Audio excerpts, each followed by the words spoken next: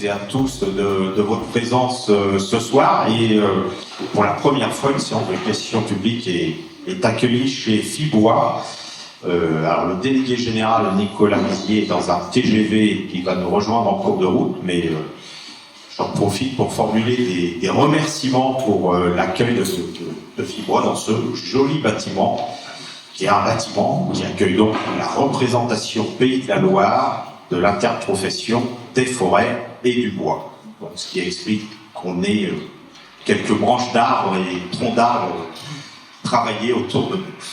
Voilà. Alors, ce soir, donc, nous avons comme invité Yann Bonnet, qui est directeur général délégué du campus cyber et avec lequel on va parler d'IA, d'intelligence artificielle et de cybersécurité sous l'angle de la ville. Yann Bonnet est donc depuis un peu plus d'un an, 2 ans bientôt, directeur général délégué du campus cyber. Il dira ce qu'est cette structure qui est à la Défense et comment ça s'aimer dans les régions.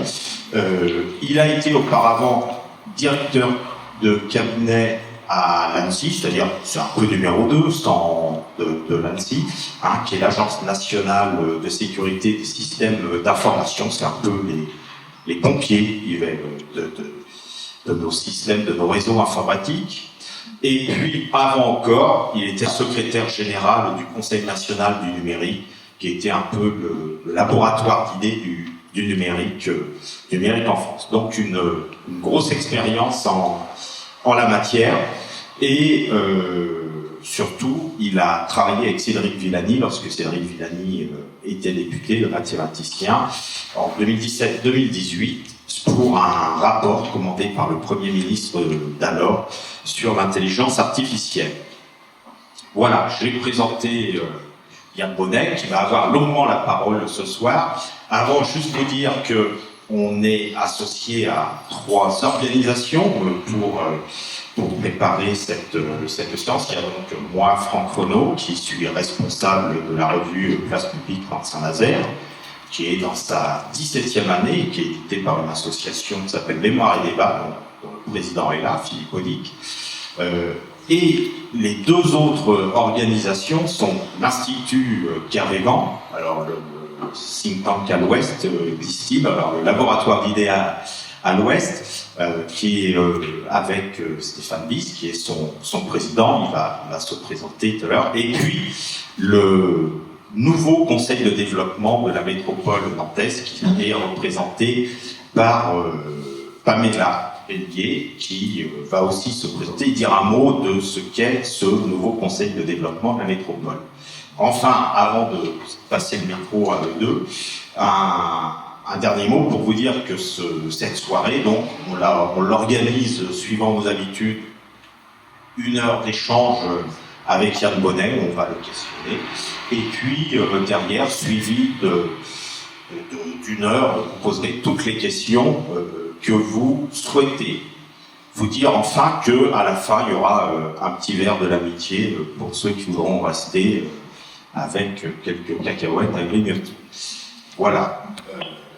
Je passe la parole à Pamela, et après à Stéphane. Voilà. Et puis après, on se lance avec Yann Bonnet. Bonsoir à toutes et à tous. Donc, je suis effectivement Pamela Bellier. Je suis membre du Conseil de développement de Nantes Métropole, nouvelle version, on va dire.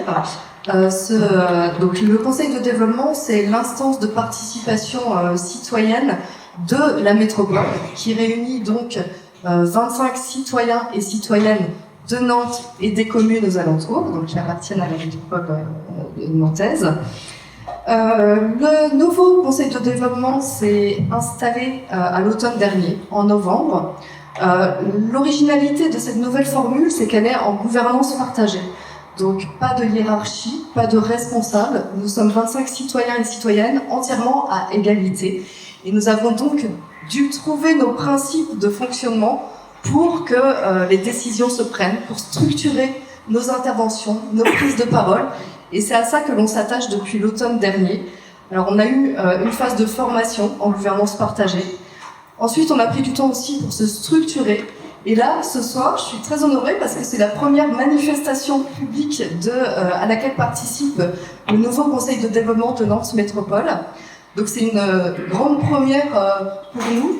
Alors bien sûr, d'autres événements vont suivre, notamment dans le cadre du grand débat Fabrique de la ville, le 17 juin prochain, sur le thème de l'attractivité de la ville, face justement au développement démographique de la métropole. Et puis, un dernier point aussi pour vous dire que chaque citoyen, chaque citoyenne peut aussi interpeller le conseil de développement et amener des sujets en débat à partir du moment où des collectifs de citoyens et citoyennes supérieurs à 5 ans sont constitués. Nous, conseil de développement, nous pouvons étudier chaque demande, chaque souhait de mettre en débat des questions. Voilà pour la présentation du conseil de développement. J'espère que je n'oublie aucun point. Et puis par ailleurs, un petit mot sur ma profession par ailleurs. Donc je suis prospectiviste, j'interviens au sein d'un collectif qui s'appelle Le Coup d'après, dont le travail est de réfléchir au futur. Et quand je dis au futur, je le mets au pluriel, les futurs possibles. Et on essaie, avec mes collègues du collectif, on essaie d'élaborer des scénarios sur des grands sujets de société. Et l'intelligence en fait partie, beaucoup en ce moment, puisque c'est un sujet très questionnant pour beaucoup d'acteurs. Merci beaucoup. Bonsoir à toutes et à tous. Je pense que vous êtes pressés d'entendre Dialbono bien plus que de m'entendre moi. Donc je vais être très bref. Stéphane, vice-président de l'Institut Kervégan, laboratoire d'idées citoyennes, comme l'a dit Franck. C'est vrai que nous tenons, c'est notre fil rouge, c'est d'enrichir le débat citoyen par nos productions qui peuvent prendre différentes formes, des travaux, mais aussi des conférences comme celle de ce soir. Et c'est vraiment un grand plaisir de nos 3 organisations associées, parce qu'effectivement, on est convaincus qu'il faut qu'on travaille en synergie, tout en conservant nos singularités. Nous ne sommes pas Place Publique, nous ne sommes pas le Conseil de développement, nous avons notre singularité, mais effectivement, c'est beaucoup de travail. L'Institut Kervégan travaille sur 3 grands axes, qui ont été définis par le conseil scientifique. C'est l'axe de la démocratie, c'est l'axe des territoires, et c'est l'axe des transitions. Vous avez bien compris que ce soir, on est plutôt, quoique on est un peu sur tous les axes, enfin on est quand même beaucoup sur l'axe de la transition. Beaucoup de questions à poser, mais ça va venir au fur et à mesure de la soirée. Si vous voulez des informations sur l'Institut Kervégan, vous pouvez évidemment, à la fin de la séquence, me poser des questions, ou à Aurore, qui doit être quelque part. Voilà. Qui notre permanente et qui n'hésitera pas à vous enseigner. Bien, merci. On va se lancer avec une première question pour ouvrir l'échange avec Yann Bonnet. Vous avez entendu que l'IA fait un peu l'actualité et inquiète. Est-ce qu'on a de bonnes ou mauvaises raisons de s'inquiéter? Déjà, bonjour à tous et très heureux d'être parmi vous. C'est un plaisir de venir à Nantes. Je suis nantais d'origine et vous avez la chance d'avoir une très belle ville. Est-ce qu'on a raison de s'inquiéter? À un moment, j'ai travaillé avec un philosophe qui s'appelait Bernard Stiegler, et quand il parlait de transformation numérique, il disait c'est un pharmacone. C'est à la fois un remède et un poison pour notre société. Et l'IA, c'est pareil. Donc, ça dépend de comment on va l'utiliser, quel sens on va lui donner. Et donc, effectivement, il y a c'est une des technologies de notre époque les plus transformatrices, pour le meilleur et pour le pire. On va en parler beaucoup, je pense, pendant la prochaine visite. Alors, le meilleur, qu'est-ce que ça pourrait être? Et parce que le pire, on a l'impression de le voir. Enfin, avec moi, par exemple, le journalisme de métier, ces vraies fausses images que l'on peut voir circuler. Alors, il y a plein de choses. Sur le meilleur, pour donner quelques exemples, on a dans le domaine de la santé, par exemple, on voit énormément d'applications et de progrès, par exemple, pour identifier des nouvelles molécules qui ont des nouveaux médicaments, dans la détection des cancers, dans la détection du cancer du sein, ou encore plus récemment, j'ai vu une étude, je crois que c'est l'Institut Curie, qui montrait la détection de certains cancers dont l'origine primitive est inconnue. Donc ça, c'est à peu près 2-3% des cancers. C'est des personnes, quand voilà, sont dans cette situation-là, leur espérance de vie, elle est de moins d'un an. C'est assez dramatique. Et en fait, la problématique, c'est qu'on n'arrive pas, les médecins n'arrivent pas à savoir de quel organe vient le début du cancer. Et donc là, par exemple, l'Institut Curie a entraîné des algorithmes pour commencer à identifier, faire en sorte que l'algorithme aide le médecin à le guider sur tel ou tel, à identifier tel ou tel organe pour adapter le traitement. Et ça, visiblement, c'est très prometteur. Voilà, on a plein d'applications dans le domaine du transport aussi, où on a des avancées assez intéressantes pour optimiser les trajets, pour qu'est-ce qu'il y a d'autre? Il y a la fameuse sur les voitures autonomes. Donc la promesse des voitures autonomes, c'est de diminuer vachement énormément les accidents. Il pourrait même y avoir des impacts écologiques intéressants, mais ça dépendra comment on l'utilise. Il y a des études qui montrent qu'il peut y avoir un impact très positif d'un point de vue émissions de CO2 si on utilise différemment nos voitures. Si les voitures sont électriques, connectées et surtout partagées. Et à condition aussi que quelqu'un ne décide pas qu'il faut faire tourner les voitures en permanence, ces voitures partagées, parce que là, dans ce cas-là, on aurait un effet rebond qui serait catastrophique. Voilà, on a plein de côtés aussi positifs, mais on a aussi pas mal d'effets négatifs. Je ne sais pas si vous voulez... Peut-être, auparavant, revenir un peu sur... évidemment, je pense que tout le monde sait ce qu'est l'IA. Ce terme intelligence, on va bien peut-être développer en quoi elle est intelligente, si tant est qu'elle le soit-elle, de quoi elle se nourrit, de quoi elle vit, comment elle devient plus intelligente. Enfin, peut-être à votre regard d'expert, même si je pense qu'on a tous pas une idée là-dessus, je pense qu'un regard d'expert peut être intéressant par rapport à cette question. Alors, le sujet de la définition de l'IA, elle fait énormément débat parmi tous les experts. Moi, la définition que je retiens là, c'est toute technologie qui est dans le domaine de l'informatique, et pour être plus précis l'algorithmique, qui permet en fait de simuler, et je dis bien simuler, des capacités humaines, telles que, je sais pas, la décision, la perception, voilà, et donc ça permet en fait de traiter des problématiques qui sont assez complexes et qu'on croit réserver à l'intelligence humaine. Alors après, si vous me demandez ce que c'est que l'intelligence humaine, c'est quelque chose, moi je ne sais pas le dire. Par exemple, un exemple, parce que derrière il y a, on pourrait dire, quelqu'un qui est intelligent, il va réussir plein de concours. Donc il y a des IA, on va reparler de ChatGPT, il y a certains tests qui montrent qu'elle est capable de faire avec succès la plupart des diplômes dans tous les domaines. Est-ce que c'est pour cette raison elle est plus intelligente qu'un humain? Je ne pense pas. Une IA qui est embarquée sur une voiture autonome, vous vous rappelez cet incident, c'était quoi, le pont de Gênes qui s'est écroulé, vous avez cette image où on voit, je crois que c'est une voiture, une camionnette qui s'arrête. Si c'est une voiture autonome, je pense qu'elle aurait avancé, parce que c'était complètement imprévu. Un humain, il a du bon sens. Et ça, le bon sens, ça, on n'arrive pas trop à le modéliser, à le simuler. Donc, le terme intelligence artificielle est probablement mal choisi. Mais voilà, ce qu'il faut retenir, c'est essayer de simuler des capacités humaines. L'IA, elle a évolué, hein. C'est pas un truc tout récent, on en parle beaucoup là depuis quelques mois avec ChatGPT, mais si on revient un peu dans l'historique très rapide, hein, ça date des années 50-55, et il y a eu tout plein d'évolutions. Bon, il y a eu plein d'algorithmes différents, il y a eu même, on parle d'hiver de l'IA, il y a eu des périodes d'avancée, puis il y a eu des moments où ça s'est figé, ça n'a pas avancé. Ce qu'on voit sur les dernières années, à partir de 80, 90, 2000, il y a des nouveaux types d'algorithmes vous avez tous entendu parler de machine learning, donc d'algorithmes apprenants. Et donc ça, c'est un énorme changement dans l'informatique. Parce que,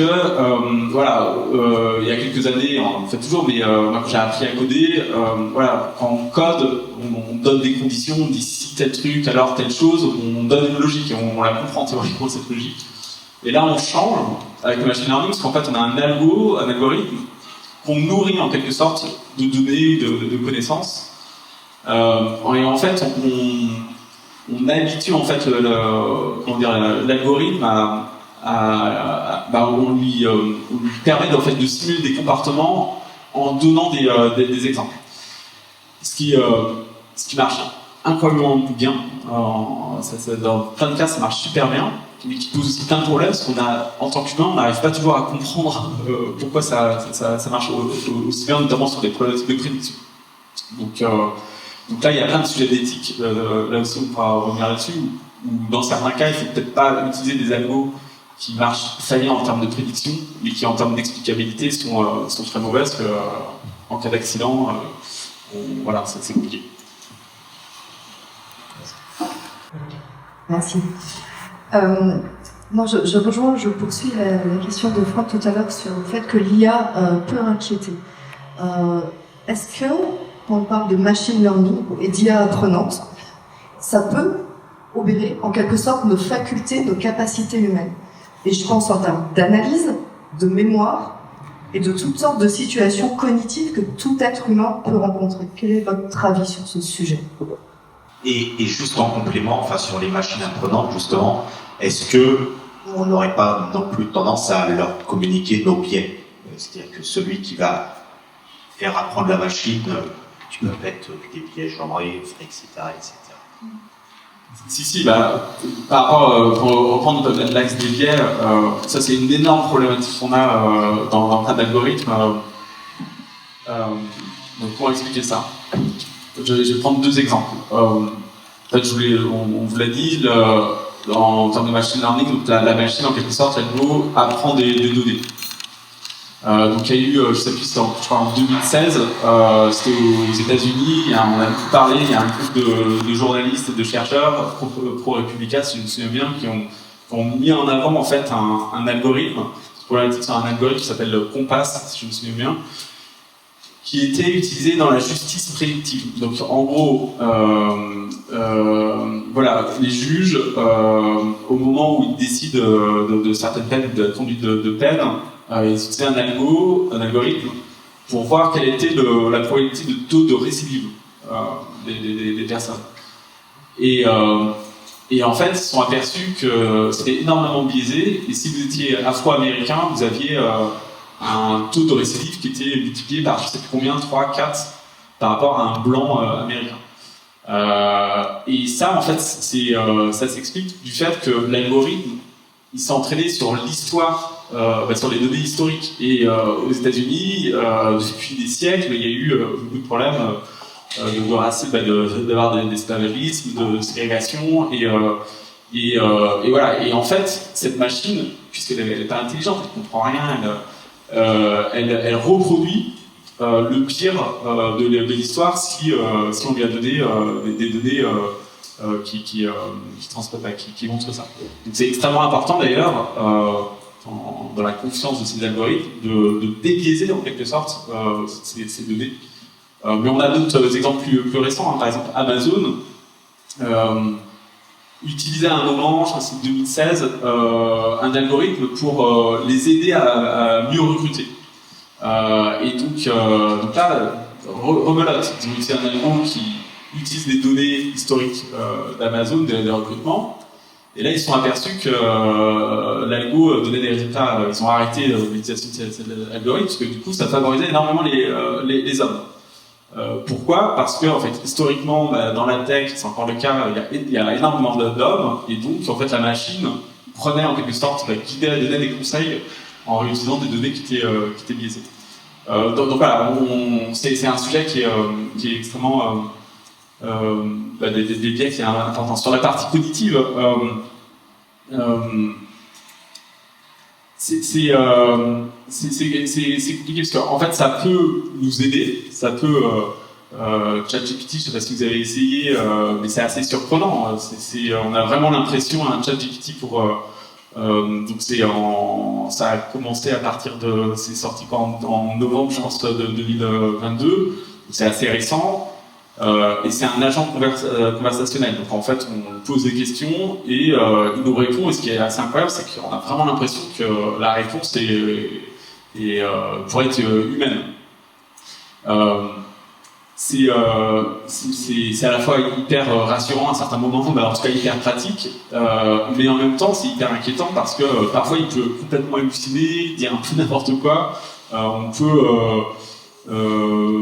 peut être un peu paresseux intellectuellement et faire confiance et pas faire l'effort de vérifier ce qu'il dit.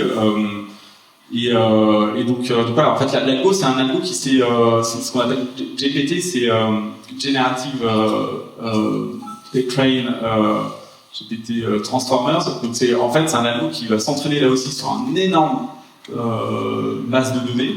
Je ne sais pas d'ailleurs trop quelles sont ces données. Et qui va prédire en fait en fonction du contexte la probabilité que le mot suivant soit tel ou tel mot.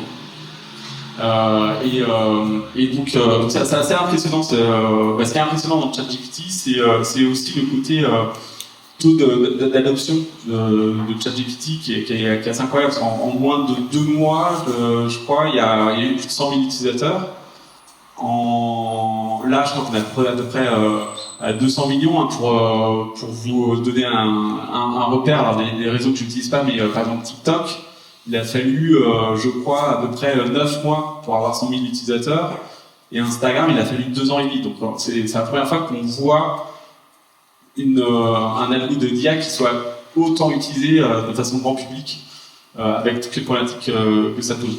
Donc je pense en tout cas, pour revenir à la question, je pense que il y a tout un rôle d'éducation pour comprendre les mécanismes de biais, comment ça fonctionne, vérifier. Moi je pense pas qu'on puisse, certes, il y a certains cas, on en reviendra dessus, mais je pense qu'il y a des règles, des lignes rouges dans certains cas qu'il faut fixer. Mais par exemple, interdire ChatGPT, moi, ça n'a pas de sens. Par contre, éduquer les jeunes, les moins jeunes à ChatGPT et leur montrer qu'il faut vérifier les sources, et que ça peut faire gagner du temps, ça peut être intéressant.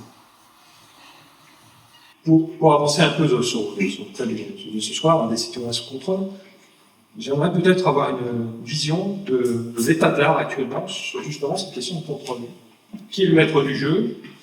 Aujourd'hui, on parlera peut-être de qu'est-ce qui est souhaitable, mais aujourd'hui, là, en 2023, qui est le maître du jeu? Quels sont les freins? Qu'est-ce qui empêche d'eux? Qu'est-ce qui peut... voilà.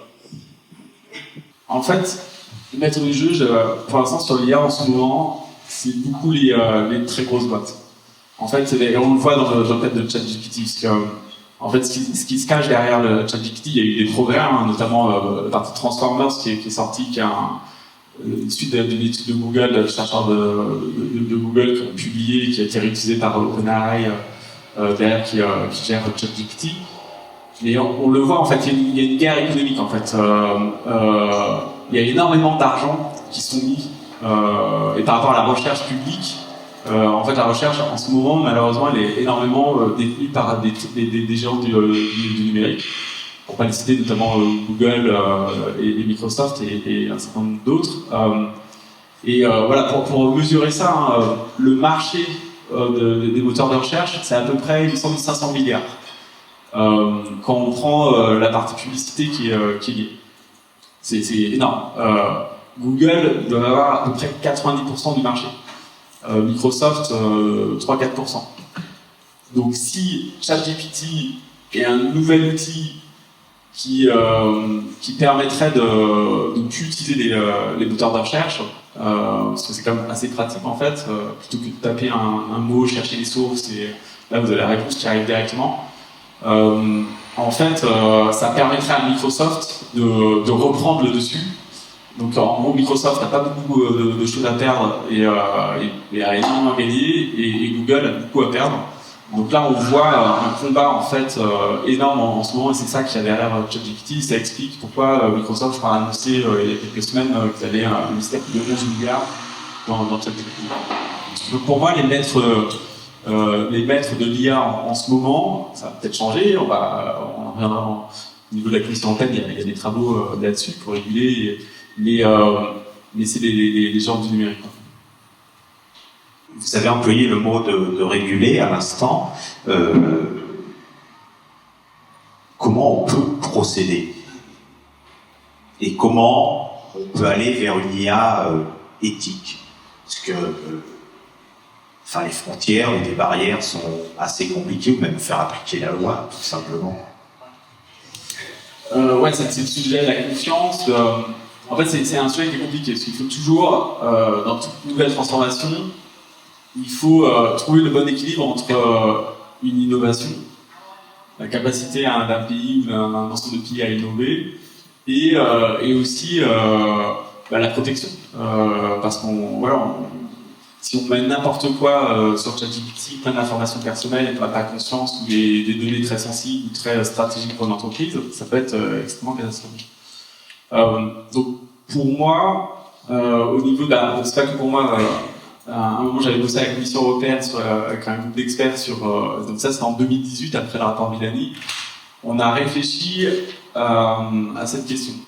Et ce qui a abouti, là, ce qui est en train d'être en cours de discussion à la Commission européenne sur ce qu'ils appellent le AI Act, un nouveau règlement qui devrait, je crois, être voté dans les prochains jours.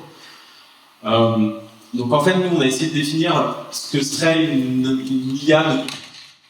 Et ce qu'on est ressorti, c'est 2 ans d'échange. Voilà, c'était une fois par mois bénévolement et d'échanges avec tous ces experts. Donc, une IA de confiance, en fait, c'est une IA qui est légale. Donc en France, on a la loi informatique et liberté qui date de 78, qui a été reprise, élargie par le RGPD au niveau européen. Et bien, en Europe, pour nous, la vie privée, c'est quelque chose d'assez important. Alors, aux États-Unis, c'est différent. C'est là, au niveau mondial, il y a des débats, mais en tout cas, pour nous, une IA de confiance, elle doit être légale, elle doit respecter la loi, elle doit être éthique et elle doit être robuste. Éthique, là aussi, c'est des valeurs qui sont différentes entre les endroits, mais derrière, je pense, pour faire simple, il faut qu'il y ait une certaine transparence. Il faut qu'on fasse très attention aux biais et que l'humain reste dans la boucle et soit en contrôle des décisions qui pourraient être prises suite à des calculs. Et robuste, c'est le sujet notamment de la sécurité, parce que quand on confie une IA, quand on met une IA sur une voiture, le jour où il y a un accident, surtout, il faut faire attention qu'il n'y ait pas des attaquants, des personnes qui vont disrupter un peu la chose. On voit aussi, l'IA n'est pas utilisée que par des personnes bienveillantes. Il y a des attaquants. Il y a de nouveaux types d'attaques, ce qu'on appelle le data poisoning. Un exemple qu'on a retrouvé pas mal dans la presse, c'est on va entraîner un algorithme. En fait, certains se sont amusés, vous voyez, on va entraîner un algorithme avec des panneaux. Donc un panneau stop, on va entraîner l'algorithme de la voiture pour lui dire quand c'est stop, il faut s'arrêter. Et puis, mais par contre, dans la phase d'entraînement, s'il y a un petit malin, un petit hacker qui met un post-it à un endroit bien particulier et il lui fait croire que quand il y a le petit post-it sur le panneau, en fait, c'est pas un stop, c'est 130. Et là, celui qui sait et qui a fait ça, il peut ensuite mettre un petit post-it à un endroit et tuer l'IA. Parce que l'IA, encore une fois, elle comprend rien. Elle simule les comportements. Et donc donc, tous ces enjeux, c'est extrêmement important. Et donc, il y a des travaux en cours à la Commission européenne dont je parlais, où eux, en fait, un des trucs qu'on avait poussé, c'était d'avoir une approche par les risques. Donc, pour essayer de trouver ce compromis entre innovation et protection. Donc, en gros, on a, je crois, dans les dernières versions du texte, 3-4 grandes catégories. On a des risques qui sont intolérables, donc ça sera interdit si ça passe le texte, ça sera des cas d'usage qui seront interdits en France. Par exemple, on en reparlera probablement, mais tout ce qui est crédit social, quelque chose qui a été mis en place fait extrêmement peur en Chine. Je pense qu'on pourra s'attarder là-dessus, c'est un bon exemple de la boîte à Pandore, des trucs qui font peur de l'IA. Tout ce qui est biométrie, la recherche biométrique, surveillance un peu de masse biométrique dans l'espace public, compris pour les forces de l'ordre. Voilà, ça, il y a des lignes qui seront mises comme des lignes rouges. C'est interdit dans l'espace européen. Après, il y a d'autres niveaux où il y a des IA qui sont considérés comme des risques à haut risque, où là, derrière, il va y avoir un certain nombre de contraintes, d'exigences, de tests. Donc, il faudra que ça soit documenté, testé, ça va être normalisé pour qu'on puisse avoir confiance. Et puis d'autres IA qui seront considérés comme des risques assez faibles qu'on pourra autoriser. Ouais, par rapport à ces questions de régulation sur lesquelles on va évoluer, là tout de suite me vient une problématique, c'est qu'Internet est mondial. L'IA se nourrit d'Internet. Moi, j'ai envie de dire, régulation française, régulation européenne, enfin, même moi, qui ne suis pas un hacker fou, j'ai un VPN chez moi. Je peux facilement dire que je suis en Turquie, c'est pas ce que non. Mais je suis en Chine alors que je suis en France. Là, moyennant un clic. Et je fais quelque chose qui n'est pas interdit. Donc je m'interroge vraiment sur est-ce que ça a vraiment un sens? Est-ce que c'est vraiment sur quelque chose qui est mondial? Est-ce que ça a vraiment un sens de réguler à une échelle petite, même si l'Europe c'est grand? C'est un argument qui revient souvent. Et l'idée, c'est voilà, en Europe, vous savez réguler, mais on n'innove pas. Effectivement, il faut faire attention, il ne faut pas réguler n'importe comment et pas faire des trucs qui sont facilement contournables et complètement.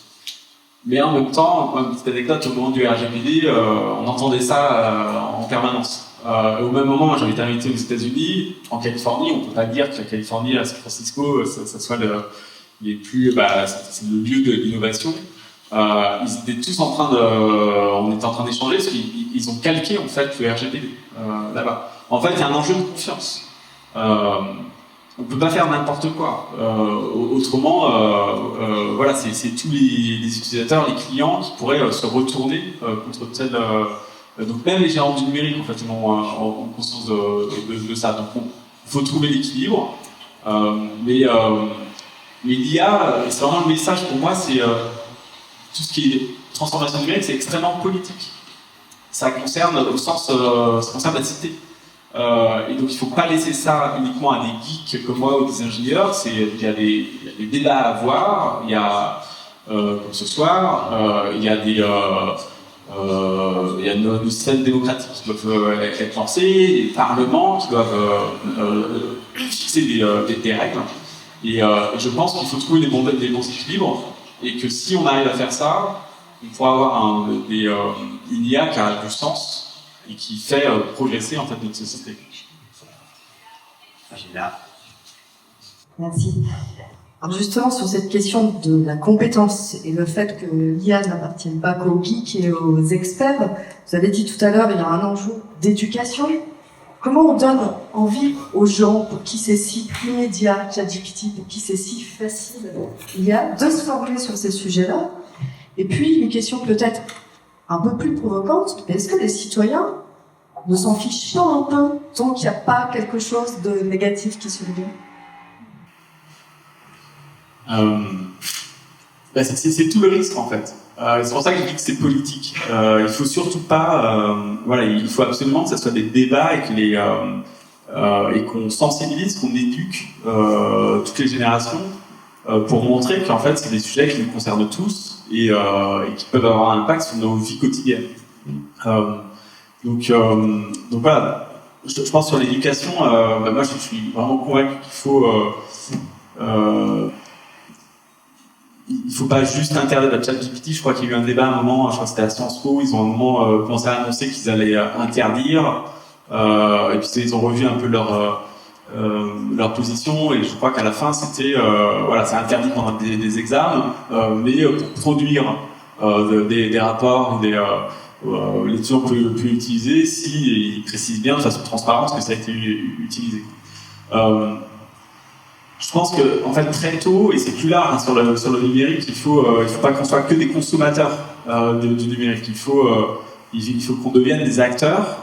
Et c'est pour ça que, voilà, le code, l'IA, ces nouvelles technologies, en fait, c'est extrêmement important de faire en sorte que nous, citoyens, on puisse mieux comprendre, mieux créer via tous ces outils. Pour moi, c'est fondamental, la partie sensibilisation et éducation. Et comment on fait justement pour sensibiliser, éduquer les citoyens? Là, ce soir, on a des citoyens de tous âges, on est une centaine de personnes, plus ceux qui regardent en ligne.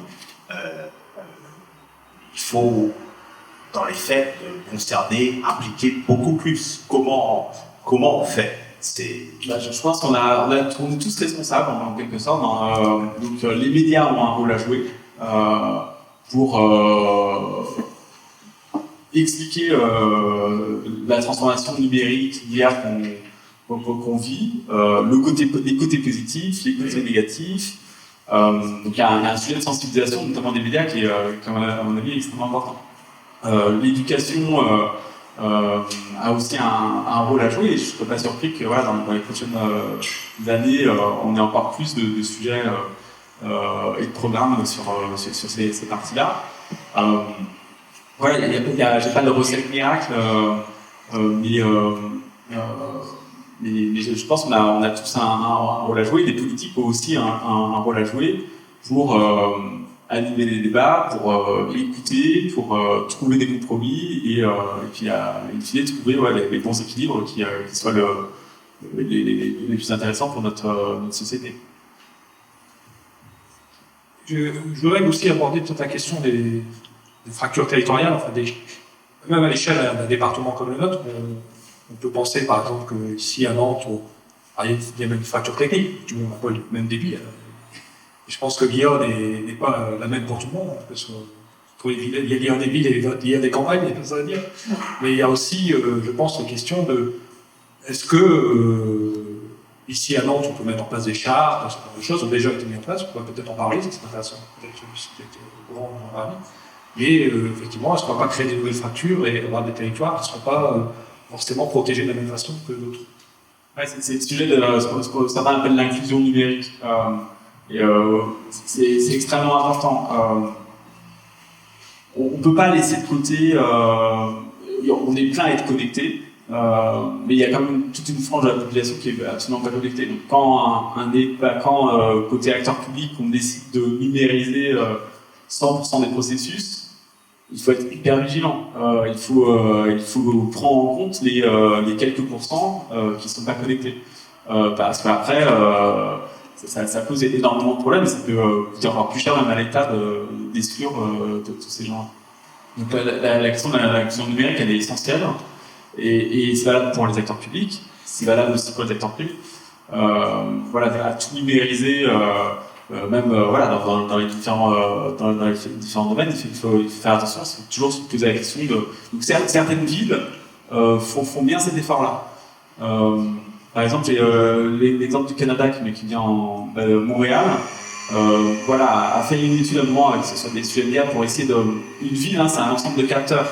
C'est plein de capteurs un peu partout qui génèrent plein de données et justement, une fois qu'on a modélisé un peu toutes ces données, ça peut apporter énormément de choses pour mieux comprendre les flux des personnes, les usages en termes d'urbanisme, c'est extrêmement important. Et donc à un moment, je crois qu'ils avaient lancé une sorte d'expérimentation où tous les volontaires pouvaient installer une petite application et comme ça, ils étaient un peu suivis de façon contrôlée, mais maîtrisée. Eux, ils ont fait l'effort de mettre dans l'expérimentation des gens non connectés. Je pense qu'il faut toujours essayer de mettre dans la boucle une diversité d'actions. Revenir peut-être un peu sur ce qu'on parlait d'éthique, de régulation. On voit qu'il va y avoir là des expériences lors des JO, surveillance, contrôle en quelque sorte des foules pour voir. Je ne sais pas si on sera prédictif, mais voir s'il n'y a pas des risques d'attentats, de violence et autres. Comment, alors c'est le rôle certainement des politiques, des élus, de décider, de voter, mais jusqu'où on va et jusqu'où on ne va pas trop loin. Quelles sont les discussions chez les experts, mais en même temps, est-ce que vous avez parlé de Bernard Stiegler tout à l'heure au début de l'intervention. Est-ce qu'il y a des philosophes qui viennent réfléchir est-ce que c'est nourri de regards qui se croisent? Oui, et probablement pas assez, et j'espère en dire plus. Pour revenir sur les JO, effectivement, c'est un moment qui va être extrêmement important pour mondialement. Tout le monde va se focaliser sur la France, et donc ça engendre aussi des risques. Donc il y a eu tout un débat, je l'ai suivi de loin, mais à un moment sur l'utilisation des caméras à reconnaissance faciale biométrique. Donc, ce que j'avais compris, c'est qu'on n'ira pas dans cette direction-là. Mais il y aura des caméras, d'après ce que j'ai compris, qui s'appellent des caméras augmentées, où en fait, alors, pour expliquer en deux mots, la reconnaissance faciale, en fait, donc en gros, on calcule en fait des repères un peu sur le visage pour en faire une sorte de modèle et pour voir si on peut reconnaître. Il y a deux cas d'usage, si je grossis. Il y a l'identification et l'authentification. L'authentification, c'est en gros quand vous passez, quand vous mettez votre téléphone devant votre tête et il vous authentifie, ou quand vous allez dans un aéroport et c'est le système TARAF, vous mettez votre passeport et il y a une caméra qui compare les points de calcul de votre tête par rapport à dans votre passeport, la modélisation. Donc c'est en 1-1 et ça permet de vérifier. Ça, c'est l'authentification. Sur l'authentification, c'est pas le problème à mon sens. C'est un usage qui est quand même plutôt bien maîtrisé. Faire extrêmement attention, parce que dès qu'on parle de biométrie, toujours la problématique de la biométrie, je veux dire, si vous avez une base avec plein de données biométriques, c'est extrêmement sensible. Une base de mot de passe, si elle est attaquée, à la limite, c'est très grave, mais vous pouvez changer vos mots de passe. Si on attaque une base biométrique où il y a vos traces de doigts, c'est plus compliqué de changer les empreintes digitales. Donc c'est extrêmement sensible.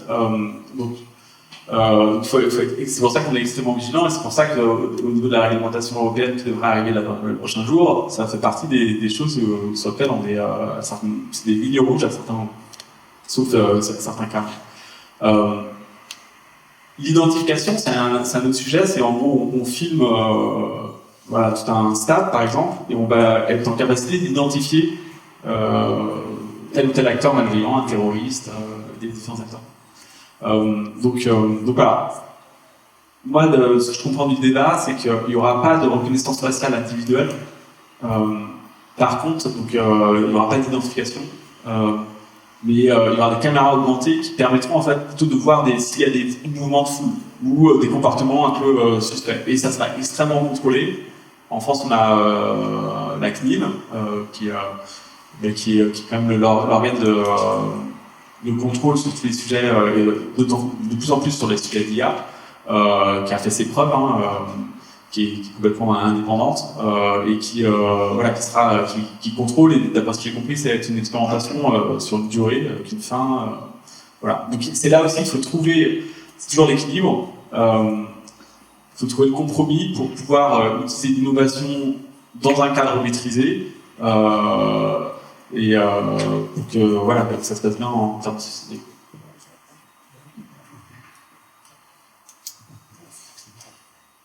Alors je reprends ma casquette de prospectiviste. Vous l'avez un peu évoqué à travers justement ce cadre législatif européen. Mais comment vous voyez finalement les futurs possibles de l'intelligence artificielle entre l'impact des politiques régulatrices justement et puis une IA qui bouge très vite, qui évolue en continu, et du coup le fait que justement ces autorités régulatrices se laissent dépasser et que ça produise une forme de laisser-faire? Vaste question. C'est pas mal ce format-là de pour moi, c'est vraiment là où il faut qu'on arrive à donner du sens à ce que je disais tout à l'heure. L'IA en soi, c'est pas un but, ça doit être un moyen de faire progresser notre société à condition en fait qu'on lui donne du sens. Quand je dis sens, en fait, je dis derrière, c'est une direction et une signification. Une direction, c'est est-ce que Est-ce qu'on souhaite, dans les prochaines années, une société ultra automatisée, quoi qu'il en soit, où on s'en fiche de la vie privée, on maîtrise tout le monde, on contrôle tout le monde, et on va revenir, il faut vraiment qu'on parle du crédit social en Chine, parce que c'est quand même assez intéressant, assez inquiétant. Est-ce qu'on veut cette société-là, ou est-ce qu'on veut une société qui innove, mais où on va faire attention à la place de l'humain, on va faire attention à notre impact sur notre planète, parce que c'est une menace qui est extrêmement importante, qui est peut-être probablement la plus importante, la menace écologique qu'on vit actuellement. Voilà, là encore une fois, là on voit, c'est extrêmement politique, il y a des choix. Et c'est aussi une signification, parce que là, si on va dans telle ou telle direction, il peut y avoir des impacts sociaux, des impacts en termes de justice, dans le domaine de l'éducation, dans tous les domaines. Et donc voilà, pour moi, il y a tout un process justement démocratique à avoir d'échanges pour donner ce sens à cette société qu'on peut désirer. Et voilà, c'est un vaste programme et ça va nous occuper encore quelques années. Mais on pourra pas, on peut que souhaiter en fait qu'il y ait ce débat pour fixer ces règles et donner du sens à tout ça. Parler de quelques éléments concrets. Certains savent le travail, une société de transport bien connue dans la métropole. Je peux témoigner d'abord de rassurer un certain nombre de ceux qui restent inquiets, même si en 10 ans c'est absolument impressionnant l'évolution qu'a pris la dimension vidéosurveillance, comme on l'appelle, dans notre réseau. Sachez qu'effectivement on a ici en France, par exemple, on a une liste de personnes à visionner, elle est très, très encadrée, les dossiers, les lectures, etc. On ne peut pas regarder sans inquiétude, enfin c'est vraiment très encadré. À côté de ça, moi je suis allé il n'y a pas longtemps à Birmingham, qui n'est pas la Chine, semble-t-il. C'est plus tout à fait l'Europe, certes. Mais je suis allé dans une salle, qui n'est même pas la salle de la police, c'est même pas le PC Transport, c'est la salle de la coordination des mobilités. Et il y avait dans cette salle 370 écrans de à peu près, je sais pas, 100 cm de large, 370 écrans, j'ai écouté. Et d'ailleurs, on était sur une visite de la profession, tout le monde était impressionné, trouvait ça formidable. Il y a que moi qui vois ça, c'est n'importe quoi. Et en l'occurrence, là, il y avait absolument... moi-même, je suis entré dans cette salle, je n'avais pas d'habilitation quelconque, j'ai dû voir tous les citoyens qui se posaient dans la... Et la question que j'avais envie de poser, c'est pensez-vous qu'on va résister? Est-ce que cette entreprise de transport dont je parle à Nantes, en France, dans 10 ans, elle n'en sera pas là? Est-ce que vous pensez qu'il y a une chance qu'on n'en soit pas là? Une chance ou une malchance, d'ailleurs. Parce qu'il y a vraiment une injonction aujourd'hui de plus de sécurité. Enfin, ce débat existe, hein, les gens ont dit alors, c'est les compléments, ce débat existe, mais votre avis personnel sur cette question, l'évolution des choses au regard de ces aspirations à toujours plus de sécurité, plus de confort. Alors, en tout cas, moi, c'est ce que je souhaite.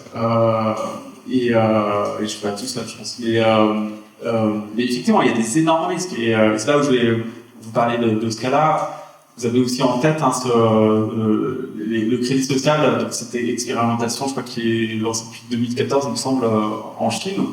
Donc voilà, le gouvernement chinois a décidé de se nourrir de plein de données et donc de donner une note aux citoyens.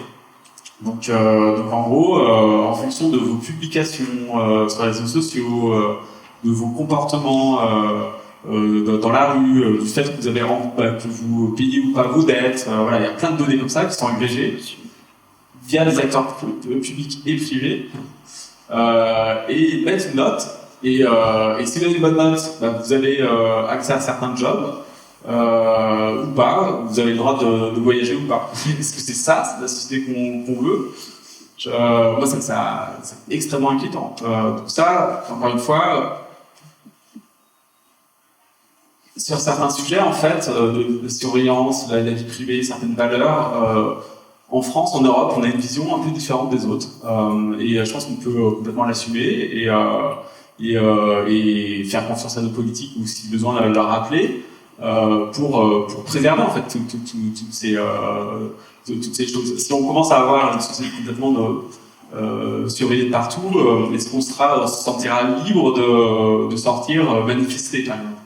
Ça va probablement empêcher certains. voilà, on a un certain nombre de libertés, donc moi je pense qu'on va avoir des mondes qui vont se fragmenter, des espaces dans le monde qui vont se fragmenter, mais en Europe, on peut, à mon avis, que souhaiter qu'on défende ces valeurs-là, qu'on inspire. Encore une fois, je reprends l'exemple de RGPD. En fait, aux États-Unis, on était extrêmement critiqués, mais au bout d'un moment, en fait, c'est inversé que c'était extrêmement aussi important. Ces questions de régulation de l'IA, elles vont arriver partout au niveau mondial. On est peut-être un petit peu précurseur au niveau européen. Et il faut pas oublier aussi, hein, souvent on a une sorte de sentiment d'infériorité en Europe sur le sujet d'innovation. Mais le marché européen, c'est un énorme marché.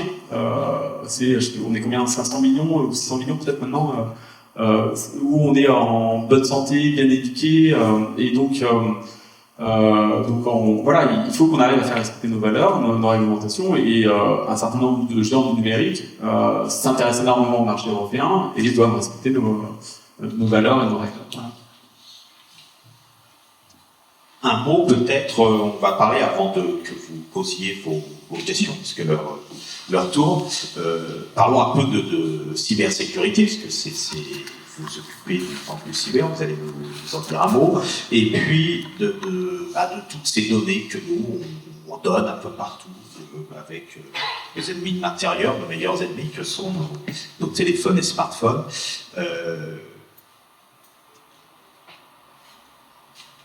Qui ne va pas être attaqué?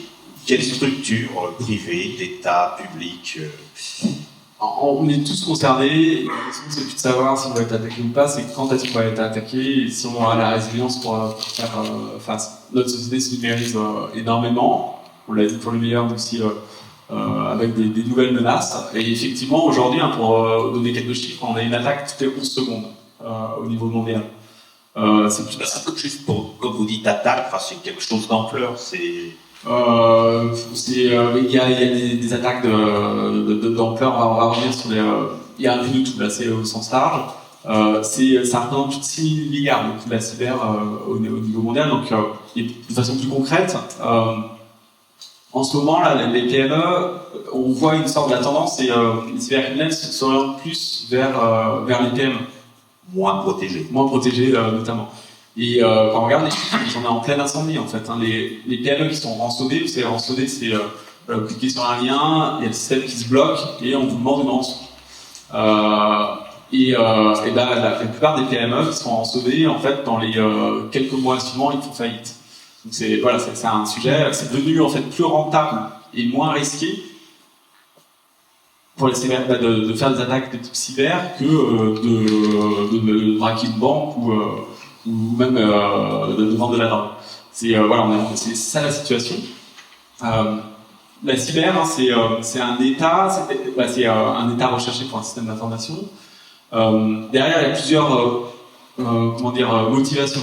Il peut y avoir des motivations de cybercriminels qui cherchent l'appât au gain, qui veulent se faire de l'argent. C'est un truc qu'on a bien parlé pour les rançons logicielles.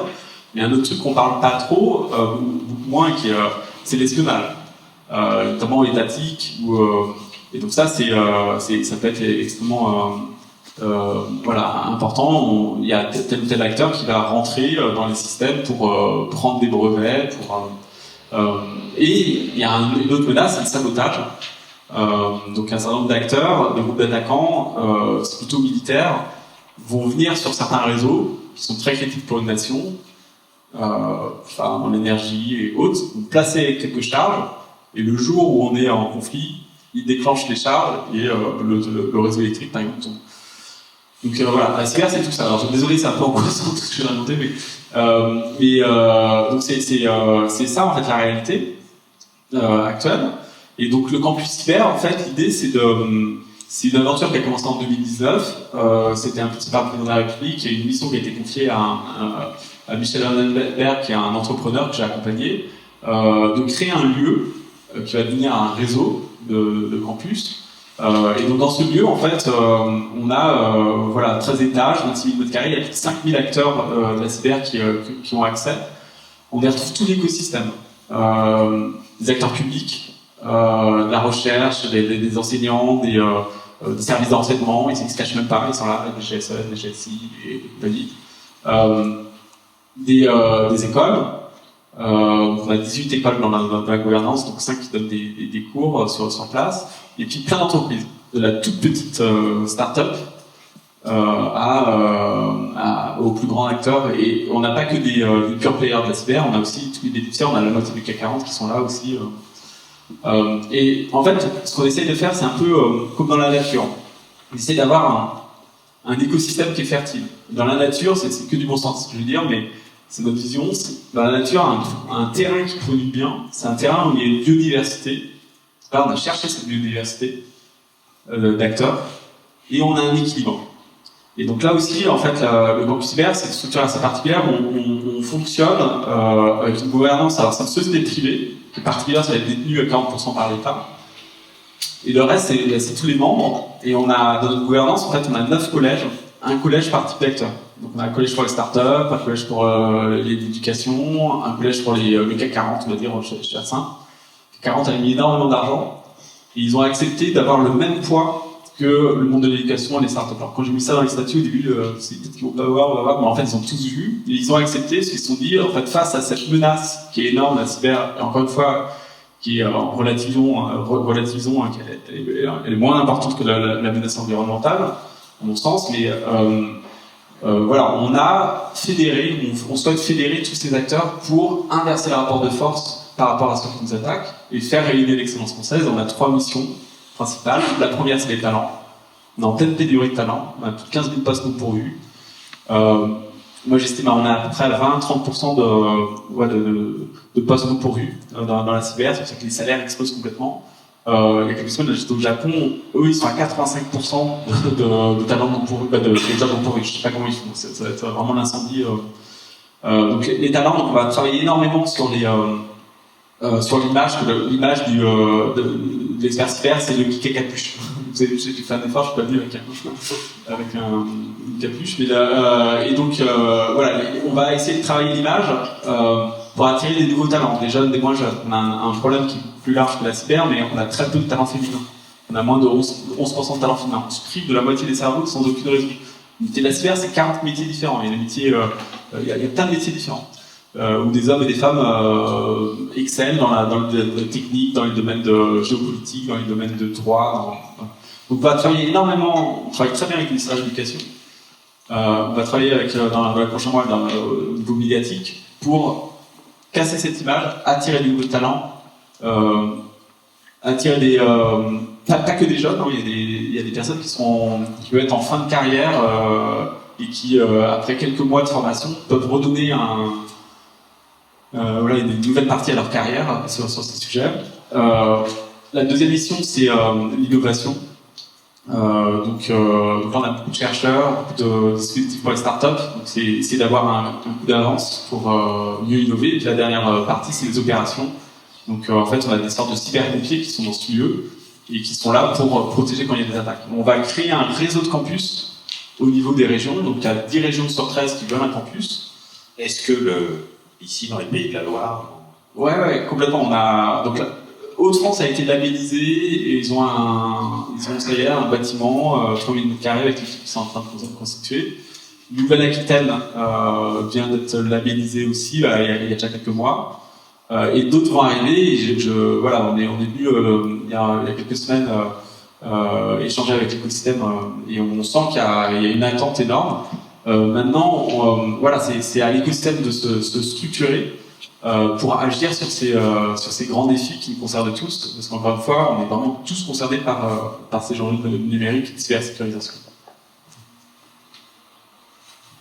Peut-être solution à la fin de ce premier temps. Vous avez l'impression de connaître la réponse, moi j'ai envie de dire. Vous vous sentez optimiste, très optimiste, circonspect Parce que, voilà, ma génération, il y avait un film qui s'appelait Soulèvement des machines. Voilà. Parce que, voilà, comment vous voyez les choses un peu? Non, mais je pense qu'il faut être ni l'un ni l'autre, il faut être conscient. Il faut être conscient en fait qu'il y a des risques, mais qu'il y a des super opportunités aussi. Et encore une fois, je vais me répéter mais il faut être acteur. On est tous concernés, on peut tous agir à certains niveaux pour donner du sens à cette transformation. Et voilà, mais il faut rester extrêmement vigilant parce que effectivement, ça peut être assez inquiétant sur certains domaines. Mais juste sur cet aspect formation, de vigilance de chacun, comment on fait? Parce que alors moi, c'est une expérience que beaucoup ont peut-être vécue, surtout pour les enfants, lors des épidémies et des confinements. Souvent, les profs, par exemple, ont constaté que des élèves, des lycéens, des collégiens qui sur les réseaux sociaux ça roule, tout se passe bien. Mais dès qu'il y avait des choses un peu plus compliquées, aller faire un devoir en ligne, utiliser telle appli qui est différente, qui n'était pas un réseau social, on était quasiment dans l'électronisme, c'est-à-dire qu'ils ne comprenaient pas, il y avait des difficultés. Comment on va faire pour que, je reviens un peu à ma question tout à l'heure, pour que le débat ait lieu, qu'il y ait une forme d'acculturation des Françaises et des Français à toutes ces questions-là, que ce soit, qu'on soit vigilant sur effectivement l'IA, qu'on fasse attention en matière de cybersécurité, puisque c'est des solutions aussi qui sont individuelles, au-delà de protection qu'on peut avoir. Enfin, c'est un vaste plan national qu'il faut déclencher. Ouais, mais voilà, les enjeux de sensibilisation, d'éducation, ils sont extrêmement importants.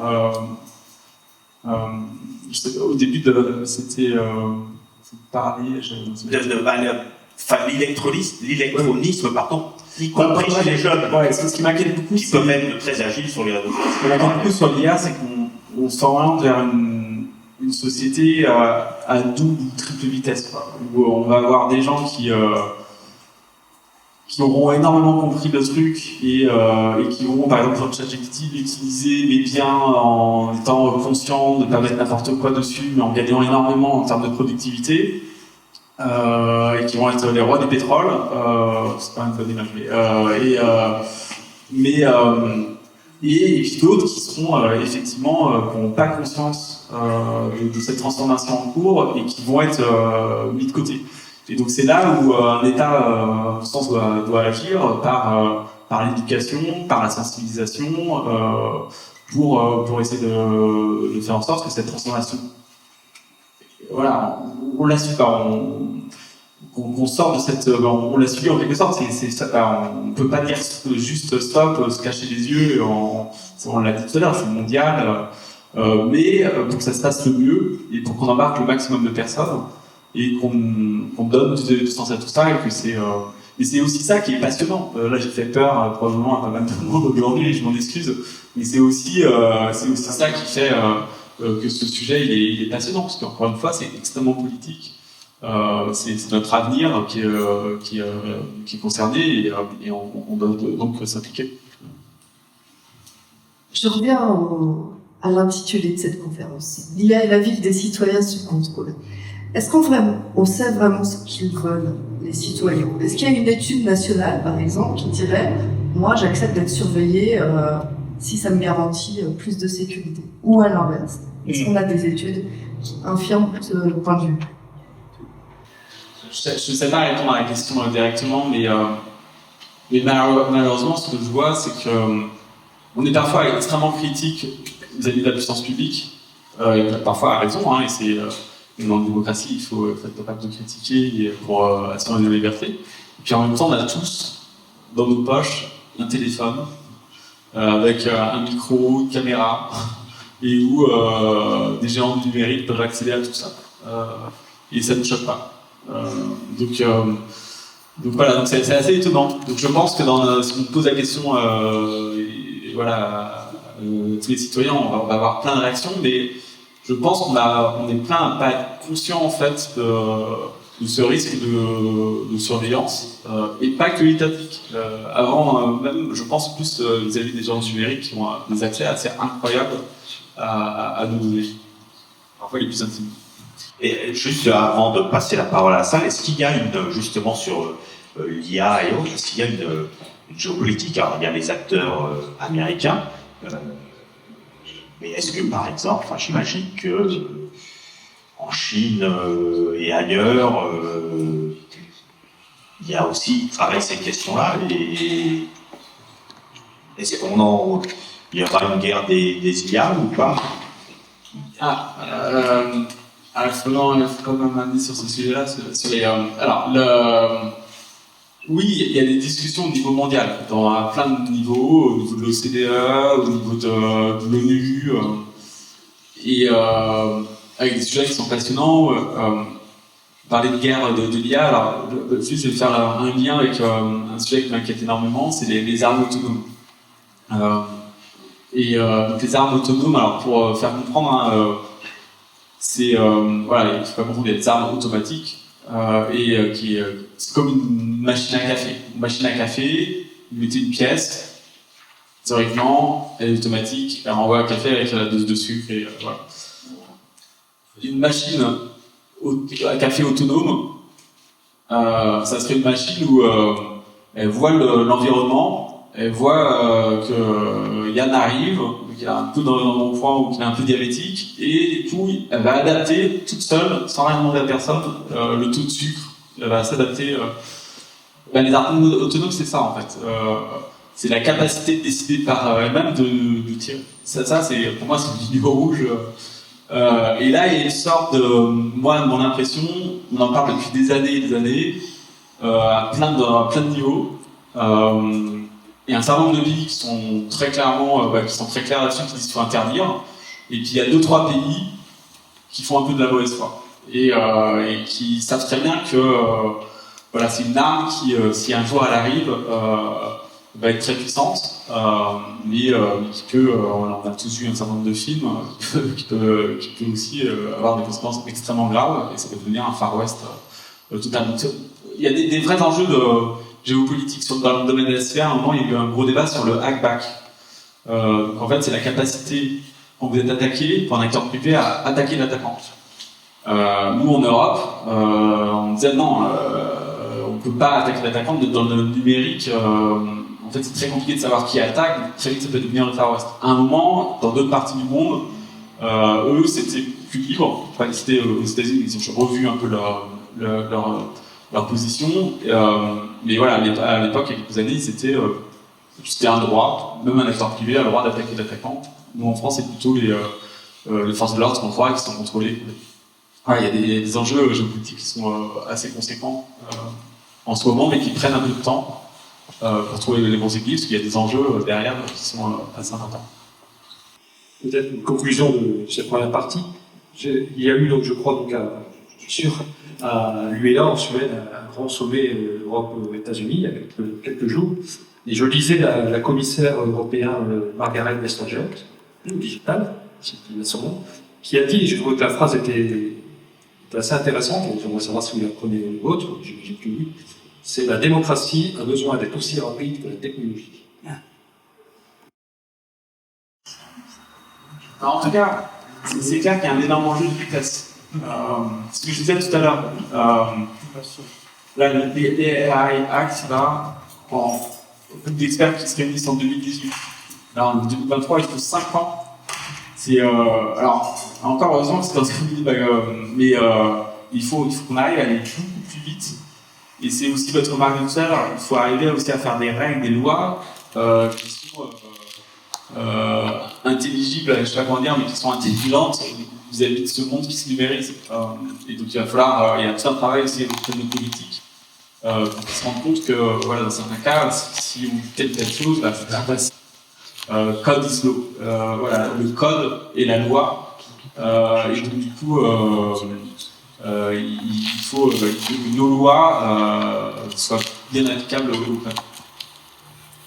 Alors, on va prendre vos questions. Allez-y, qui veut? Alors, commencez monsieur, et puis après monsieur derrière. Alors, on va essayer de passer un micro. Vous allez passer par là. On va en regarder un.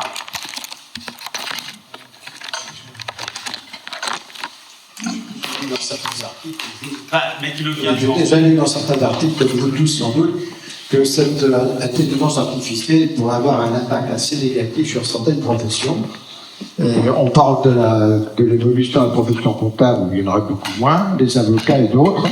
On n'a pas évoqué ce point ce soir. Est-ce que c'est une idée que vous partagez? Ouais, vous avez raison, dans les inquiétudes qui reviennent souvent, c'est l'impact sur l'emploi.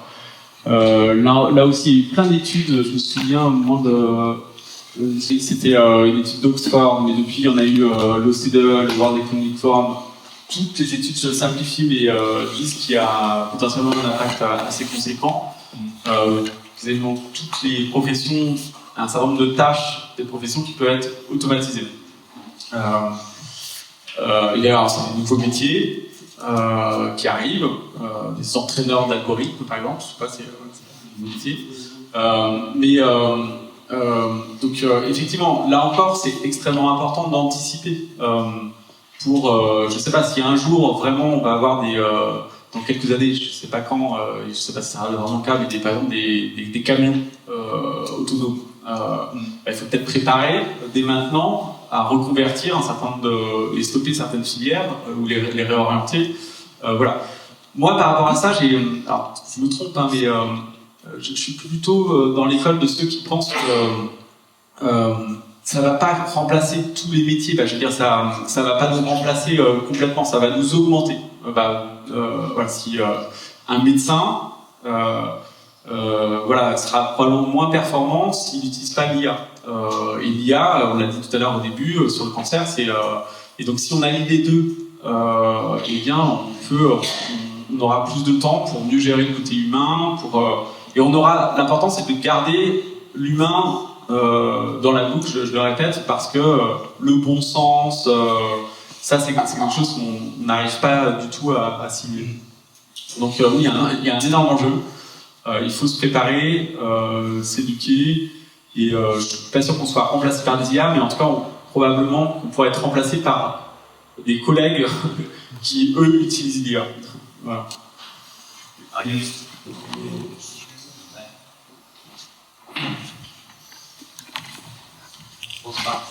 Je vais être très direct et probablement opti-pessimiste.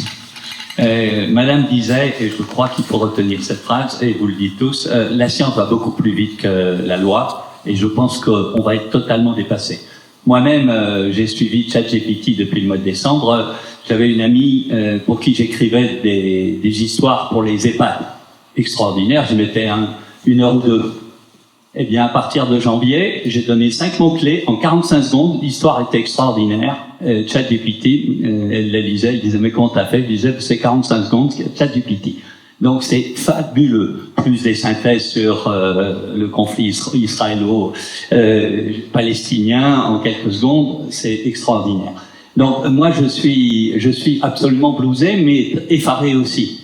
Et je crois que ça va tellement vite qu'aucune législation... D'ailleurs, le fondateur d'AI fait le tour d'Europe ou du monde, est reçu par les présidents et dit il faut réguler. Mais il ne donne pas les moyens de réguler, parce que je ne sais pas comment on peut réguler un outil aussi puissant qui nous dépasse. C'est le docteur Jekyll qui est en train d'inventer...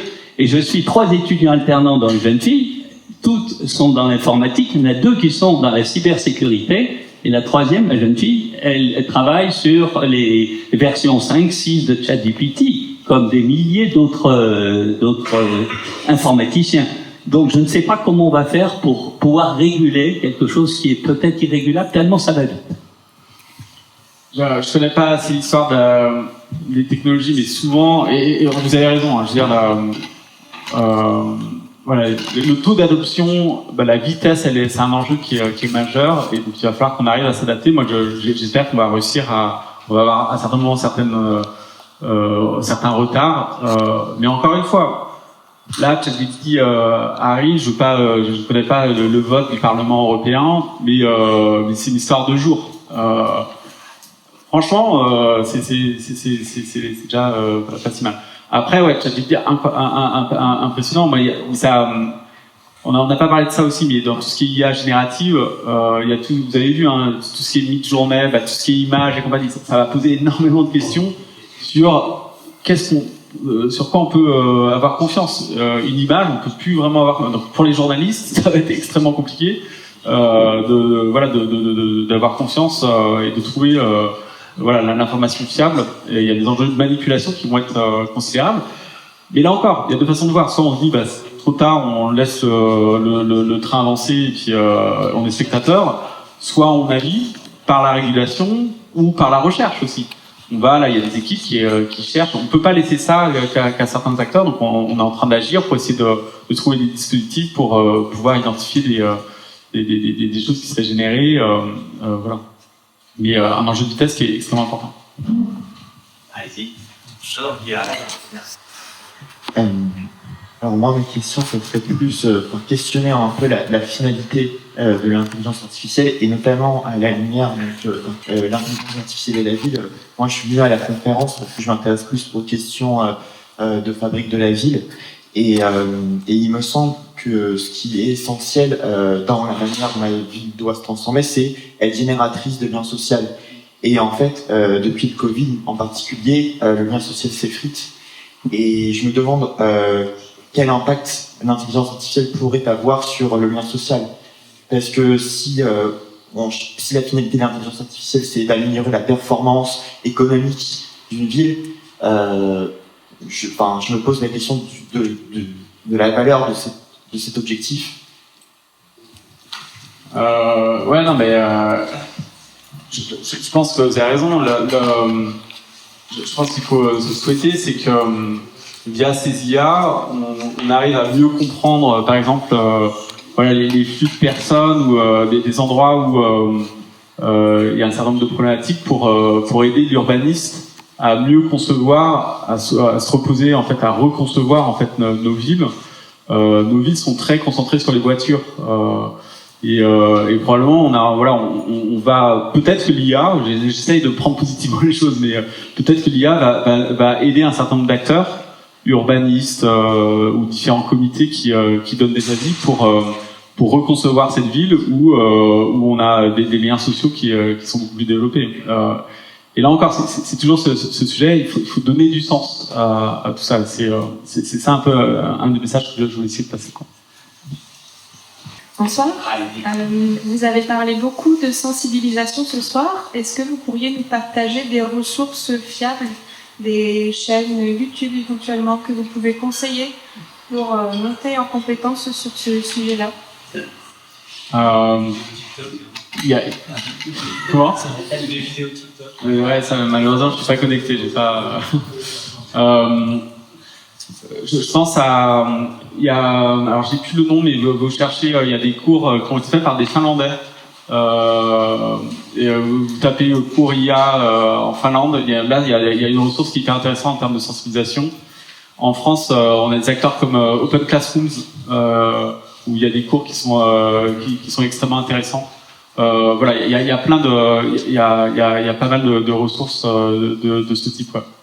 Mais Open Classrooms sont pas mal. Oui. Alors, je voulais revenir sur votre premier exemple que vous avez évoqué avec les ponts de Gênes et le conducteur qui s'est arrêté. Il a eu vachement de bol de s'arrêter parce que on peut aussi penser à tous les biais cognitifs qui auraient pu faire qu'en réalité, ils ne réagissent pas et qu'une intelligence artificielle, à ce moment-là, elle, se soit arrêtée. Donc ça renvoie la question dessus. À vous écouter, vous me direz si j'ai tort ou s'il y a d'autres répartitions. Pour moi, il y a plusieurs intelligences artificielles, de ce que j'entends, et j'ai l'impression qu'on a tendance un peu à tout mélanger. J'ai l'impression de voir il y a une partie d'intelligence artificielle dont on va se servir pour faire des calculs, des prédictions, et puis il y a une autre intelligence artificielle dont on a parlé, qui est générateur de texte, d'images et autres, donc c'est totalement autre chose, mais générateur de beaucoup d'autres choses aussi. Et puis également, au niveau de l'intelligence artificielle, il y a une grande différence avec une aide qui peut être immatérielle et puis une action vraiment physique, comme vous avez parlé de la machine à café, mais on parle de robots et de choses comme ça, et même des robots militaires qui vont avoir la capacité de s'engager. Donc c'est vraiment des niveaux d'intelligence artificielle qui sont très différents avec, à mon sens. Et on parlait vous aviez évoqué la santé. Il y a des gros laboratoires de santé, par exemple, qui veulent pas faire que l'intelligence artificielle dise au chirurgien ce qu'il doit faire, mais reste dans le prédictif, parce que où va être la responsabilité et autres entre l'intelligence artificielle et le chirurgien. Ensuite, au niveau de mes questions, moi j'ai une question que je me pose, c'est on nourrit cette intelligence artificielle avec les requêtes qu'on lui pose. Aujourd'hui, on ne sait pas trop où ça va, ce genre de choses. Et j'ai entendu comme ça, par exemple, un directeur d'hôpital qui trouvait que c'était absolument formidable pour préparer ses notes de service, que de lui donner à manger des choses de projets qu'ils ont en cours pour faire son intelligence. Et je me suis dit, mais on ne sait pas où ça va être traité. Alors, il y a certainement des administrations étrangères qui peuvent être très intéressantes de savoir que tel hôpital projette de rajouter des lits ou de faire... Voilà. Et ça, c'est qu'un petit niveau, mais je me demande justement, au niveau de ces... On rend de plus en plus pertinent, j'imagine, les requêtes à force de l'utiliser, mais quid de tous ces domaines-là? Ça, c'est ma première question. Et ma deuxième question, c'est plus lié aussi à une approche de l'open source, de l'IA, parce qu'on parle de piratage, mais face au piratage, il y a eu aussi des hackers qui ont voulu garder la main et de l'open source. Et aujourd'hui, j'ai l'impression qu'on voit d'énormes entreprises se mettre sur l'intelligence artificielle, le contrôler. Quid de l'open source, quid éventuellement d'une réglementation, d'une capacité à hacker, c'est-à-dire faire un piratage éthique de ce genre de système pour garder une main et un contrôle. Alors, vous avez raison, on a été un peu vite, mais l'IA, c'est ce que je disais au début, c'est l'ensemble des d'algorithmes, de technologies informatiques, algorithmes. Et il y a plein de types d'algorithmes, et ça a évolué. Il y a des IA qui sont plutôt, on va dire, probabilistes, et d'autres qui sont plutôt symboliques. On a, c'est pas les mêmes maths, c'est pas les. On a au début de l'IA ce qu'on appelle des systèmes experts. C'est des arbres de décision. C'est différent des calculs probabilistes. À un moment, j'avais échangé avec des profs aux États-Unis, au MIT, et eux, c'est marrant, c'était il y a quelques années. J'avais trouvé ça hyper intéressant parce que le MIT, c'est un peu les élites, on va dire, des ingénieurs en informatique. Et le prof, l'IA, il disait, c'était il y a une dizaine d'années, et je voyais une grosse différence par rapport à ce qu'on disait nous en France. Il disait à ses étudiants, faites super attention, vous êtes super responsables. Effectivement, il y a des algorithmes qui prédisent super bien. Donc c'est ce qu'on appelle notamment tous ceux qui sont liés au machine learning, qui voilà, en termes de prédiction, ça marche super bien, mais en termes d'explicabilité, en fait, on comprend rien. Et donc ça, c'est extrêmement problématique. Si vous mettez ce type de techno sur quelque chose qui va être utilisé par un humain pour le transporter et compagnie, le jour où un accident, il va y avoir des conséquences dramatiques pour l'humain ou les gens qui l'auraient percuté, et des conséquences aussi dramatiques pour la société. Parce que là, il y aura une perte de confiance énorme. Et donc, il y a d'autres algos, les systèmes experts dont je parlais, eux, en termes de prédiction, ils sont pas très bons, même, mais ils sont très explicables. Et donc, voilà, il faut hybrider, je suis un peu technique là, mais voilà, il faudra hybrider dans certains cas, et nous, codeurs, nous, responsables de telle entreprise et compagnie, on a la responsabilité de bien comprendre, de bien choisir pour voir les impacts.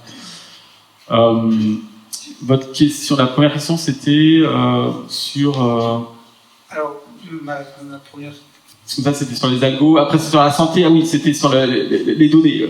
Votre exemple des données. Super vigilance. Je veux dire, ChatGPT, c'est assez impressionnant et puis, ça peut faire énormément gagner de temps. Mais ultra vigilance. Alors, sur les données que vous mettez, effectivement, et c'est pour ça qu'il y a eu un certain nombre de plaintes et de contrôles qui vont être en cours. Ne mettez pas de sujets stratégiques dans vos prompts. On appelle ça des prompts quand on met faites extrêmement attention. Ne mettez pas d'informations personnelles ou voilà, super vigilance parce que effectivement, ces algos apprennent de vos données. Il y a eu plein de cas en fait comme ça où il y a des trucs extrêmement choquants aussi. Mais bon, il y a un juge, je sais pas si vous avez vu dans l'actualité, a admis qu'il avait demandé à ChatGPT de le conseiller sur le jugement. Et dans la réponse de ChatGPT, parce que ce qu'il faut comprendre, ChatGPT c'est probabiliste. Donc parfois ça hallucine en fait, ça dit n'importe quoi dans certains cas. Et donc là, le ChatGPT s'appuyait sur des textes qui n'existaient pas. Et donc ça c'est aussi hyper inquiétant. Ouais, c'est un avocat, ouais, c'est raison. Lui-même va être jugé. Ouais, c'est un avocat, ouais. Et, donc voilà, donc il y a des trucs extrêmement inquiétants, donc il faut, voilà, mettre au mot super vigilance, tant que voilà, on prend pas faire attention que les données peuvent partir. Et le dernier point, c'était par rapport à l'open source, les capacités à éventuellement hacker un système, c'est-à-dire avoir la possibilité de reprendre en main. Vous parliez du prédictif, par exemple, aux États-Unis, avec avant la ségrégation, on estime que l'algorithme n'est pas correct, de le corriger de manière à ne pas tenir compte de cette historique, par exemple. La tendance qu'on voit sur tous les sujets technologiques, notamment dans l'IA, c'est que l'open source prend une place extrêmement importante. Beaucoup des algos, en fait, sont open source. La question, c'est plutôt sur les données. C'est quelles données on va utiliser, et on comprend mieux pourquoi, il y a quelques années, par exemple, il y a un géant du numérique s'était proposé de numériser, par exemple, toutes les bibliothèques de France. C'était pas derrière, c'était pour avoir toutes ces données, quoi. Sur la partie hacking, je sais pas trop quoi répondre sur cette partie-là. Pour moi, l'open source, c'est plutôt ça par contre, c'est plutôt un sujet, c'est plutôt rassurant. Sur l'open source, on voit l'algorithme, c'est transparent, on peut contrôler. La question, c'est plutôt le hacking. C'est pas open source. C'est plutôt, ouais, alors soit c'est pas open source, soit sur les données. Est-ce que les données sont biaisées? Donc c'est là où on va voir dans la. Et je pense qu'il faudra être pour les utilisateurs, pour les fournisseurs d'IA et compagnie, il va falloir être extrêmement vigilant sur comment on teste les données d'entraînement pour qu'elles ne soient pas biaisées. Et donc ça, il va y avoir tout un nouveau champ pour faire en sorte que on puisse avoir confiance en ces algos et que ces algos qui ont été entraînés par des données fiables, non biaisées. Donc ça va être un sacré challenge. Oui, en divers points, j'avais en tête la question de la régulation. Donc on a parlé de régulation au niveau continental. Il me semble que des régulations vont être aussi nécessaires au niveau des territoires, dans les villes par exemple, puisqu'on parle de citoyens sous contrôle. Donc est-ce que de ce point de vue-là, il y a des travaux qui sont menés pour définir ces régulations locales?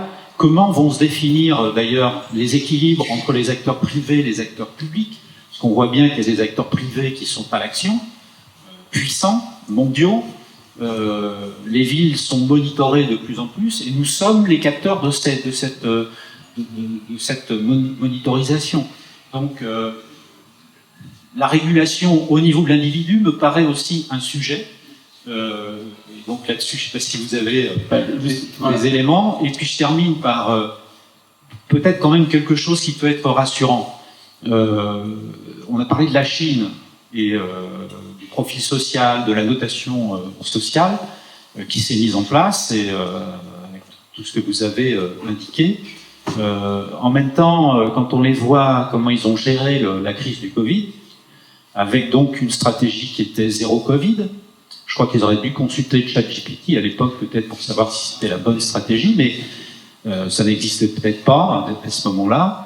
Et en même temps, ayant monitoré ou ayant ces outils qui permettent de noter les individus, on peut être frappé par le fait que lorsque les Chinois ont commencé à sortir dans la rue, tout d'un coup, la stratégie a été totalement abandonnée, avec des conséquences d'ailleurs qu'on ne mesure pas complètement au niveau sans doute des morts et des décès dans le pays. Mais est-ce que l'individu n'a pas un rôle à jouer par rapport à ce qui est en train de se mettre en place? Si, par rapport au local, et je pense que c'est un bon exemple, Nantes. On en parlait très rapidement tout à l'heure, mais il y a une charte notamment qui a été mise en place. Je l'ai parcouru très rapidement, mais voilà, la métropole de Nantes, avec des engagements qui vont plus loin que la loi. Par exemple, si j'ai bien compris, on exclut dans la métropole de Nantes l'utilisation d'algorithmes d'IA pour les décisions individuelles, tout ce qui est caméra de surveillance biométrique, reconnaissance faciale, de ce que j'en ai compris, c'est clairement non, quoi. Ça, c'est pas le cas dans toutes les villes. Hein. Je sais pas si vous avez conscience, vous avez dit, en tout cas, ça montre qu'il y a un certain nombre d'acteurs ici qui comprennent les enjeux. probablement pas parfait et compagnie, mais on le voit pas dans tous les livres. Il y en a d'autres, je sais pas si tu veux faire personne de d'amis, mais voilà, il y a d'autres expérimentations, même en France, où ils sont pas du tout dans cette direction-là. Donc pour moi, c'est plutôt rassurant, en fait, de voir qu'on a des élus qui vont même au-delà de la loi pour un territoire, et voilà.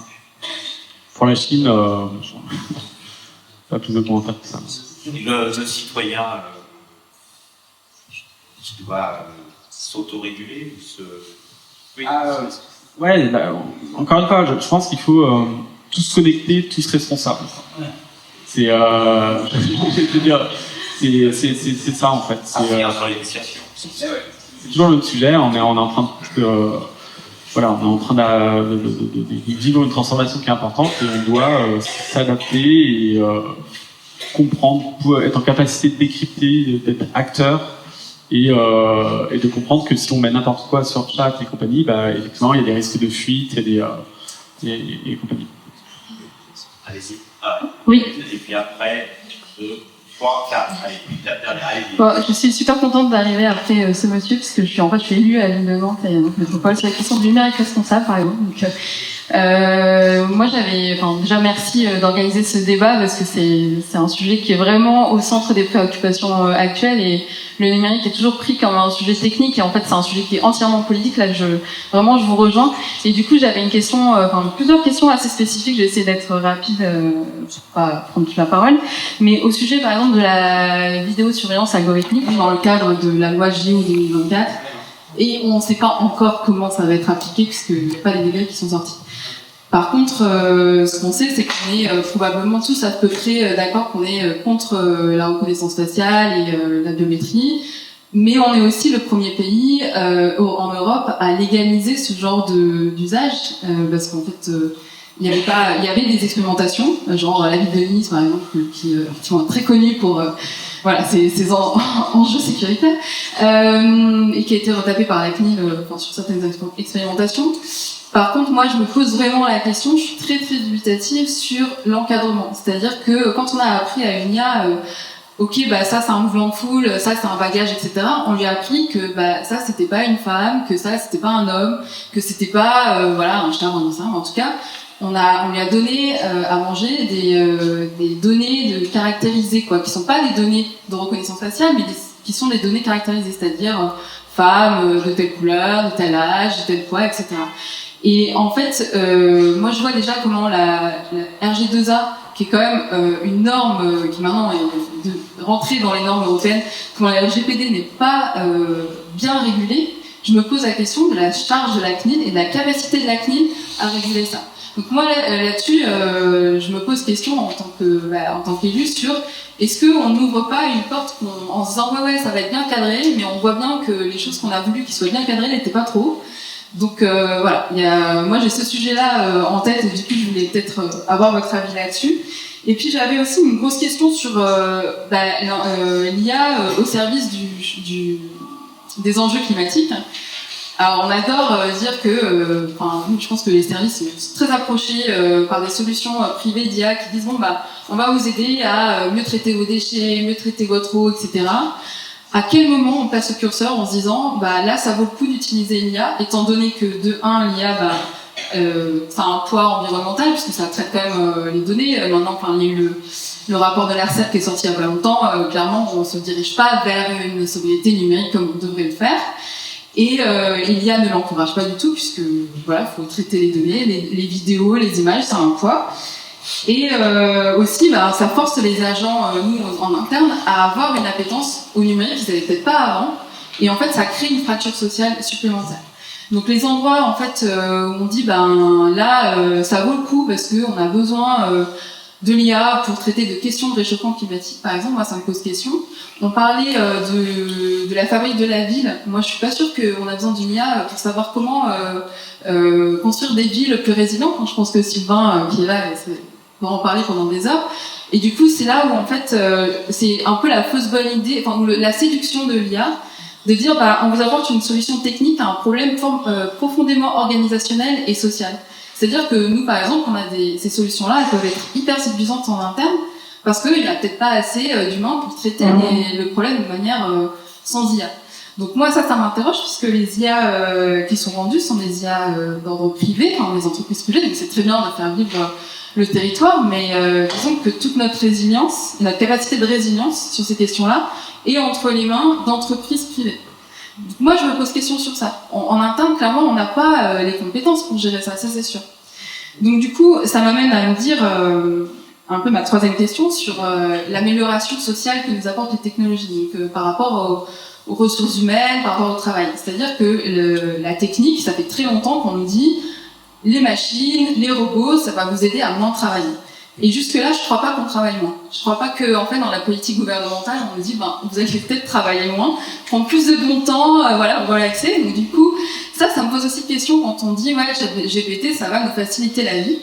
Et, on l'a vu dans pas mal de questions sur l'IA, c'est que, on pense que ça peut nous aider sur la pénibilité, mais il y a eu un moment où quand, je sais plus c'est quel IA, quel géant du numérique était en train de construire son IA, il me semble qu'il y avait Amazon derrière, et il y a eu l'apparition de toutes les monkey tasks, en fait des gens qui faisaient des trucs hyper rébarbatifs pour traiter des données d'images, et en gros ils étaient payés 30 centimes la donnée, enfin en gros ça crée des super précaires du numérique, quoi. Donc voilà, moi j'interroge ce truc-là, et ça me choque aussi un peu quand dans la question de santé, quand vous dites un médecin qui va utiliser l'IA, il sera meilleur qu'un médecin qui l'utilisera pas, quoi. Et du coup, moi, je pense à la fracture des territoires. En fait, on sera pas tous les médecins sont en capacité d'utiliser l'IA.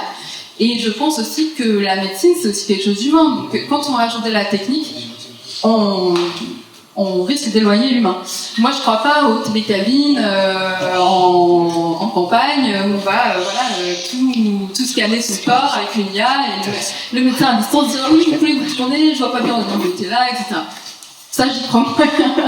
Franchement, voilà. Donc, du coup, sur cette question de santé, ça m'a interrogé beaucoup. Et ce qui m'a interrogé aussi beaucoup, c'est le Health Data Hub, qui est quand même un grand projet du gouvernement qui est quand même basé sur les technos de Microsoft, qui ne sont pas très RGPD, on va dire. Et je sais qu'il y a un gros débat au sein du gouvernement sur ça. Du coup, moi, ça me stresse un peu, en fait. On fait de la recherche sur l'IA, sur la santé, grâce au Health Data Hub, dans lequel il y a toutes les données santé des Français, mais qui ne sont pas protégées par le RGPD, parce qu'ils n'appartiennent pas à une entreprise européenne ni française. Voilà. Bon, en gros, c'était mes questionnements. Très rapidement, c'est le tout, on peut en parler pendant des heures, et par exemple, on pourra le faire, mais vous avez raison, c'est un point de vigilance. Il ne faut pas juste avoir les règles, il faut avoir les capacités, il faut que la CNIL ait la capacité de contrôler. Ils sont en train de monter en puissance. Donc voilà. Après, le sujet de c'est quoi environnement. En tout cas sur la partie environnementale, il faut c'est clair. Moi, je veux dire, faut pas croire que l'IA a la réponse à tout. Les bâtiments intelligents, moi je m'en méfie aussi pas mal. Je veux dire, le truc qui marche le mieux, c'est un on-off. Et là, on est sûr que le mieux, c'est de pas utiliser la voiture, qu'elle soit autonome, partagée ou pas, mais prendre le vélo quand on peut. Je veux dire, c'est pas plus compliqué que ça, quoi. Donc voilà. Mais c'est hyper intéressant, en fait. On voit tous ces trucs-là. Encore une fois, c'est ce que vous disiez, ce qu'on a dit, mais c'est très politique. Alors, où est-ce qu'il faut mettre la barre à certains moments, où est-ce qu'il faut s'arrêter on va voir que ça va faire débat, qu'il y a des villes qui vont mettre des limites à certains moments. Ce qu'on essaie ce qu'il faut espérer, c'est le bien-être des citoyens. Donc, effectivement, sur le cas de la ville, ou des métiers, ça peut parfois faire gagner un peu de temps, mais ça n'aura pas une réponse magique sur tout. Et dans les meilleurs des cas, si ça permet de gagner un peu de temps, ça permet à l'humain d'avoir plus de temps pour sociabiliser et échanger avec les humains pour penser mieux les transformations. Mais l'IA n'est pas du tout la réponse à tout, loin de là. J'espère que j'ai pas retransmis cette idée. Il faut sortir de cette naïveté. Je trouve qu'on a eu un débat assez français, donc on s'est posé la question de quel est le problème. On a passé beaucoup de temps à dire comment on allait réguler, sans trop se poser la question de notre capacité de toute manière à réguler. Enfin, je veux dire, Les outils sont là, ils seront donc utilisés, parce qu'ils font gagner aussi beaucoup d'argent, pas que aux opérateurs qui les font, aussi aux opérateurs qui les utilisent. Et toutes les technologies qui ont permis derrière de transformer les forces de travail, de toute manière, ont été utilisées. Et ça commence par les ludiques, et c'est absolument un processus constant de concentration du pouvoir. Et c'est celui qui maîtrise l'objet, qui maîtrise finalement les femmes et les hommes qui derrière sont chargés de l'animer. Ça aura lieu, il n'y a pas de doute. Voilà. Et parler et avoir des débats sur une régulation, c'est penser qu'on va pouvoir pisser autour de notre territoire et dire non, pas chez nous. Mais non, ça fonctionne pas comme ça, c'est déjà pas comme ça. La vraie question, à mon sens, c'est comment on s'approprie l'outil. Comment, à un moment, on transforme cet outil en étant un outil citoyen, mais en prenant possession. Et c'est la question d'hybridation qui est intéressante, pas tant le remplacement, parce qu'il y a un certain nombre de tâches sur lesquelles il va y avoir des remplacements, parce que, en effet, si on a des tâches comptables qui vont être automatisées par l'IA, bon, c'est peut-être pas si grave, c'était peut-être chiant de remplir des tableaux Excel. Par contre, la question, c'est les femmes et les hommes qui aujourd'hui ont des postes, comment on accompagne tout ça, comment est-ce qu'on regarde la transformation. Donc je pense qu'au lieu de lutter contre la transformation, c'est de la comprendre, de voir comment est-ce qu'on accompagne ces transformations-là, y compris politiquement, et aussi comment est-ce qu'on se forme tous collectivement à l'hybridation. Comment est-ce que, même à Sciences Po, c'est pas simplement on appuie sur un bouton et on crache le discours. Alors, aujourd'hui, il y a des discours qui sont faits par des humains qui pourraient être faits utilement par l'IA, notamment un certain nombre de discours gouvernementaux. Mais, je veux dire, donc la substitution peut être extrêmement utile. On va aussi gagner un certain nombre de temps là-dessus. Mais comment on s'approprie ça ? Et pour moi, la question éducative, non pas la défense contre, mais la question du comment est-ce que j'utilise ça, comment je valorise ça dans mes process est extrêmement intéressante. Voilà. Moi, je découvre ces outils-là dans mon activité professionnelle. Ça pose énormément de questions. Enfin, sur la question de l'écrit, il y a beaucoup de sujets, là-dessus. Mais comment on profite du meilleur ? Et c'est là-dessus on devrait se poser la question en tant que Français, non pas comment on va faire une super loi qu'on mettra 5 ans à voter et elle sera déjà obsolète, mais comment est-ce que on va dans nos écoles comprendre comment on utilise ça, comment on le valorise et en tirer le meilleur. Pas nécessairement maîtriser, avoir la possession de l'outil, mais comprendre comment on l'utilise. Non, mais on est en phase à peu près. Je veux dire, il y a le sujet d'éducation et on fait pas que réguler. Hein. Je vois dans le campus Hyper, par exemple, on est en train de avancer énormément sur comment on utilise l'IA pour mieux se cybersécuriser et heureusement qu'en France, on peut faire que de la régulation. On a parlé de ça, mais c'est important aussi de fixer des règles. Je veux dire, vous parlez de technologie. Je connais pas l'histoire de la voiture, mais voilà, à un moment, les voitures sont arrivées. Il a fallu mettre des règles, mettre des stops, parce que sinon c'est de l'esclave en fait. Et donc on est obligé de mettre ça, et puis en même temps on est obligé en parallèle de faire en sorte que nos acteurs économiques, Renault, PSA et compagnie, ils innovent et il faut trouver le bon compromis. Et on peut pas juste dire, moi c'est mon point de vue, il faut s'approprier, innover et compagnie, mais on peut pas juste subir aussi un certain nombre de trucs et c'est important en tant qu'État, on est souverain, on peut mettre des choses, des règles qui sont parfois difficilement contrôlables, mais pour moi, en tout cas, un État doit aussi se poser sur toutes les questions. Et pas juste subir. Ma question, c'est peut-être plus du côté science-fiction, mais en fait, chaque fois qu'on parle de la peur que peut dégager l'IA, c'est le fait de se dire qu'on se pose jamais la question de et si l'IA elle-même se retourne contre nous, parce qu'on a souvent l'idée que c'est une machine, on offre, mais c'est pas une probabilité ça, que l'IA se retourne contre nous. Alors, juste, c'est sur ce point de l'IA qui se retourne son concepteur, celui qui l'a nourri. Il y a eu d'ailleurs une salle la semaine dernière. L'US Air Force entraîne des IA, des exercices de simulation. Ils ont demandé à, je ne sais pas si c'était un drone, un appareil, quel type d'avion, d'aller détruire un objectif ennemi. Et l'IA a refusé et s'est retourné contre celui qui donnait l'ordre. Mais c'est pour ça qu'il faut pas avoir confiance. Il faut énormément travailler pour pas qu'on se trouve dans il faut pas avoir confiance par défaut, quoi. Après on est quand même loin il y a quand même pas mal de choses qu'on entend qui sont un peu de la science-fiction aussi. Il y a des cas comme ça, mais avant que l'IA se retourne contre l'humanité et compagnie, on est quand même un peu loin de tout ça. En tout cas, moi, je pense qu'on est encore très loin dans les travaux que je vois. On reste quand même sur des trucs qui s'élargissent, mais qui n'ont pas encore une autonomie totale, quoi.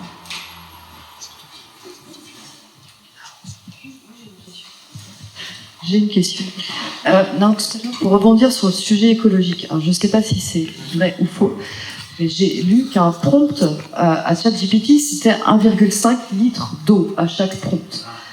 Donc, ma question, c'est quand on connaît l'état de la ressource en eau sur la planète, l'IA ne va pas-t-elle devenir complètement élitiste et avec une démocratisation de fait empêchée par des raisons physiques?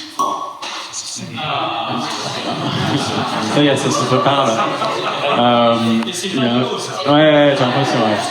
Je vois que monsieur a l'oreille. Non, en tout cas, sur le sujet de l'environnement, de la sobriété numérique, c'est un enjeu qui est majeur. Et moi, j'étais assez impressionné là au sein du campus cyber, sur tous les groupes de travail qu'on lance, ce sujet de la sobriété numérique, il arrive tout le temps. Donc en fait, même les geeks se disent waouh, c'est pas notre responsabilité dans tout ça, parce que ça surconsomme, ça a un impact écologique qui est monstrueux. Donc à mon avis, dans les années à venir, il y a déjà des travaux très importants, mais ça va être le school data. Ça va être essayer de voir comment on peut mettre l'intelligence sur uniquement quelques données. On n'a pas besoin de tout sauvegarder. Voilà. Et donc, dans chacun de nos champs de compétences, il va falloir qu'on soit encore un peu plus intelligent dans la façon dont on stocke, on traite nos données pour que l'impact écologique soit beaucoup moins important qu'aujourd'hui. C'est clair que c'est en train de complètement exploser. Et ça, c'est une autre question extrêmement importante.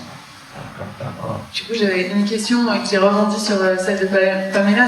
On parle beaucoup de vitesse, de gagner du temps, de vitesse. Et est-ce qu'il y a une réelle, c'est peut-être pas naïf comme question, mais est-ce qu'il y a une réelle envie du monde de l'IA de s'orienter vers des solutions de modération, de travailler sur justement la réduction des gaz à effet de serre, des enjeux climatiques d'aujourd'hui, avec de l'argent mis sur la table, le problème, c'est que c'est mondial, en fait. Donc, du coup, dans certains coins du monde, certains vont peut-être moins se poser la question ou voir les choses différemment, et dans d'autres parties, on va être plus sensible sur la partie environnement. Et on est sur la même planète, donc in fine, on va tous avoir un problème collectivement si on ne traite pas ce sujet. Donc on peut que souhaiter, je sais pas, des sujets sur l'environnement, que ça devienne des sujets qui soient majeurs, qui est effectivement de la recherche, du temps, qui soit consacré à ça. On n'a pas le choix. Je peux le redire encore une fois, et je suis vraiment encore désolé parce que j'ai l'impression d'avoir que générer de l'angoisse, mais le sujet de l'écologie, il est bien plus important. Le risque écologique, il est bien plus important que tous les risques dont on a parlé ici, parce qu'il est existentiel. Et donc, contrairement à d'autres risques, comme le risque de la cybersécurité, on peut les maîtriser et compagnie. Le risque écologique, de réchauffement climatique, le jour où c'est lancé, si on ne réagit pas suffisamment vite, prendre 3-4 degrés, c'est juste, je ne connais pas l'impact direct, mais c'est des centaines de milliers de personnes qui migrent, c'est des décès, c'est des choses qui sont dramatiques pour notre civilisation. Donc, le sujet de l'écologie est majeur. Et donc, dans tous nos champs de compétences, et c'est pas que pour l'IA, dans le sport, dans tout, on doit se reposer ces questions-là. Et ça, c'est la grande question de notre siècle, de notre civilisation. Alors, une dernière question. 2 dernières, mais faites court, parce qu'après, il va être temps de voir la table d'abord derrière vous, puis vous. Oui, bonsoir. Je me posais la question, parce que moi, techniquement, est-ce qu'il est possible, dans un avenir plus ou moins proche, en fonction de la manière dont cette intelligence sera nourrie, qu'elle puisse quelque part être autonome en se corrigeant d'elle-même? Est-ce que les algorithmes, un ou plusieurs, seraient capables de recréer un algorithme de correction pour aller un peu plus loin sur une tendance, sur une idée. Et dernière chose, si tous les serveurs où se trouve cet algorithme, cette IA se détruisait, est-ce que l'intelligence artificielle sera capable de se régénérer, prévoira à un moment ou à un autre de se régénérer? Vous êtes dans la production de films ou non, mais en tout cas, sans cet aspect, en tout cas dans le domaine de la sphère, par exemple, c'est des choses sur lesquelles on travaille pour essayer de réparer les systèmes, utiliser des IA pour une fois. En fait, il y a un gros enjeu de détection de l'attaque et de la réponse. Et donc, et de répondre en reconstruisant. Donc, c'est des choses. Avec l'intervention, est-ce qu'elle pourrait être capable de se débrouiller toute seule? Moi, à mon avis, je sais pas, là, on est très très loin, encore, heureusement, de tout ça. Voilà. Alors, j'avais juste une dernière question qui est plus pour les gens de Nantes. J'ai lu le budget de la construction. C'est justement au niveau de l'IA, quand on voit au niveau des citoyens. Aujourd'hui, on a l'IA, par exemple, quand on parle de vidéosurveillance, de choses comme ça, on dit ça très très bien quand c'est dans une piscine, et détecter quelqu'un qui fait un malaise ou un truc. Quelle est la position de Nantes, justement, dans les équipements collectifs, type piscine, qui prévenir des accidents? Et puis également, au niveau de l'intelligence artificielle, on voit dans le commerce des gens qui filment les caméras pour alerter les vigiles de sécurité apparemment que l'intelligence artificielle a reconnu comme étant un vol. On a de la vidéosurveillance allemande, quelle est la position de gens sur ce type d'application, de se dire tiens, je vois quelqu'un briser une vitre, j'alerte un service de police, enfin l'intelligence artificielle alerte un service de police pour qu'il visionne ma vidéo. C'est plus une question politique. Une question pour la Saint-Vital, je veux dire, ce que fait pas la Saint-Vital, ce que la ville a envie d'être façon. Alors c'est une question très intéressante sur laquelle on a beaucoup de discussions en information. On n'est pas forcément d'accord sur plein de raisons. Par exemple, sur la piscine, l'exemple de la piscine, je suis pas sûre qu'on ait besoin d'une intelligence artificielle pour sauver des gens qui se mordent. On a besoin de maîtres et nageurs qui soient là, qui ne soient pas dans des emplois précaires, mais qui soient très présents sur le territoire. Je pense que après, voilà, sur la vidéosurveillance, au sein de notre majorité, il y a différentes positions sur la vidéosurveillance en soi. La vidéosurveillance algorithmique, comme ce que je disais, il y a quand même des enjeux de se dire est-ce qu'on peut utiliser la VSA sans avoir de la reconnaissance faciale ou des données caractérisées. Là, moi, j'ai aucune donnée qui me dit que ça va, qu'en fait, c'est régulé.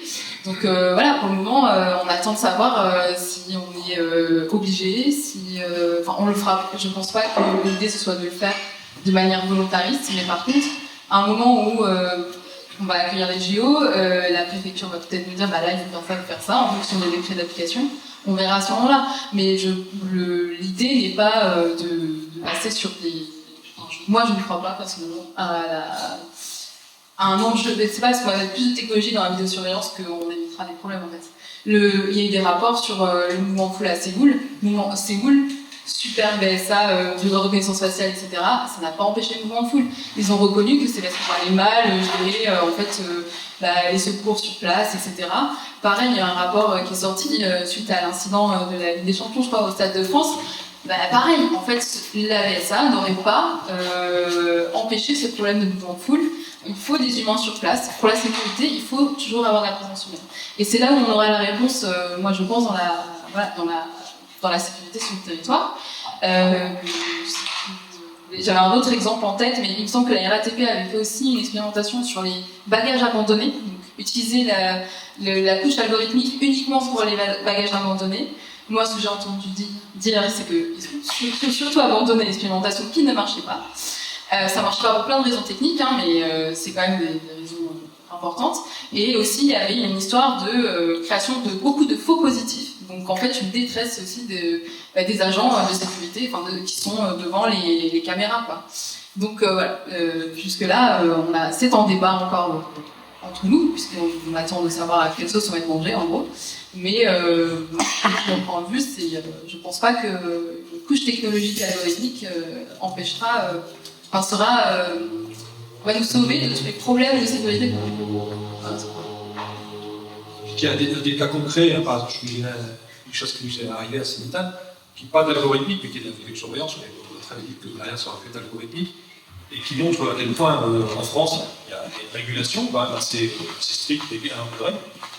Mais encore une fois, c'est bien, c'est pas bien. Nous avions, on a dit, tous nos caméras, nos tramways avaient ce qu'on appelle des caméras frontales, qui n'avaient pour nous que ça l'objectif de prévenir les accidents, et notamment quand il y a une collision, dire assez rouge, il n'y a pas de rouge. Bon, il se trouve que donc, on a aussi des caméras intérieures, à l'intérieur, il est écrit qu'il y a une espace UV. Vous savez que en tout cas, vous savez. Ces caméras frontales, évidemment, il n'est pas écrit à l'extérieur du tramway, vous êtes fini. Et donc, la loi nous a dit, vous arrêtez ça, vous enlevez toutes ces caméras. Nous, on a aucune attention. Et voilà, en tout cas, ce qui est clair, c'est qu'à Nantes, les caméras, les tramways ne filment plus l'espace public. Même si on ne filmait pas l'espace public pour regarder l'espace public, eh bien la régulation nous a dit non, monsieur, c'est bien pour votre truc, on comprend bien votre intervention pédagogique qui est très louable, vous pouvez arrêter les accidents, s'assurer de la responsabilité, des responsabilités par etc. Mais en l'occurrence, donc c'est juste pour peut-être illustrer un peu quand même qu'il y a en France quand même un encadrement assez strict et que les entreprises un peu semi-publiques, en tout cas, je sais que les entreprises comme nous, respectent la loi et sont extrêmement vigilantes pour ne pas déborder. En tout cas, c'est le cas de la sécurité, ça je peux le dire. Non, mais je me permets juste d'illustrer au travers d'un exemple. Je m'étonnais de la langue qui venait faire ça, qui c'est en ton âme de main, qui avait été tendance. On aura une espèce de surveillance. Ouais, mais là, voilà, c'est des cas d'espèce, le tramway n'est pas un objet, enfin, c'est un objet, enfin, bref, en tout cas, sur le sujet là, qui est pas la vidéosurveillance tout court, mais la vidéosurveillance algorithmique, il y a quand même aussi une alerte assez forte des associations type Amnesty International, la Ligue des droits de l'homme, sur les dérives très liberticides que peut avoir cette technologie-là. Donc, pour moi, tant que c'est pas régulé et tant qu'on n'a pas une réponse concrète sur le sujet, je resterai très sceptique. Enfin, ça restera un débat. Bien, merci à toutes et à tous et merci à Bonnet. Merci pour vos questions qui montrent quand même que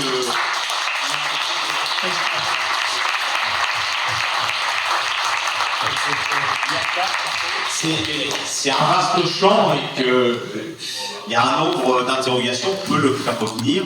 Peut-être reviendra-t-il, je ne sais pas s'il y a un campus cyber qui ouvre à Nantes prochainement, bientôt. Donc il y a un verre qui vous attend, un verre ou deux, mais il y a des choses à manger pour chaque question de vie. Alors, il y a une séance de questions publiques associant l'Institut Kervédan, la revue, le Césaire, le Comité économique, social, environnemental, régional, lequel Césaire a produit un rapport sur la place des haies et des arbres dans l'espace public, enfin et privé, et puis dans la ville. Et à partir de ce rapport, on monte une table ronde qui aura lieu le 5 juillet. Alors, on parlera d'arbres. Nicolas Vissier, que je suis en train de nous accueillera de nouveau ici le 5 juillet à 18h30 pour une table ronde. On parlera donc des services rendus par les arbres et les haies dans les campagnes, mais aussi dans la ville et la métropole. Il y aura le rapporteur du Césaire, il y aura Pascal Prat, qui est maire de Saint-Jean-de-Boiseau et vice-président de la métropole, mais en charge de l'urbanisme et qui préside Laurent également, le champ d'urbanisme de la ville. Il y aura quelqu'un de l'ex-CEF qui s'appelle le service nature et jardin, si ça va. Et il y aura une dernière personne, Nicolas Vissier, qui donnera un peu la parole des professionnels du bois et des arbres et forêts. Merci à Fibois de nous avoir accueillis. Merci à Yann Bonnet qui va rester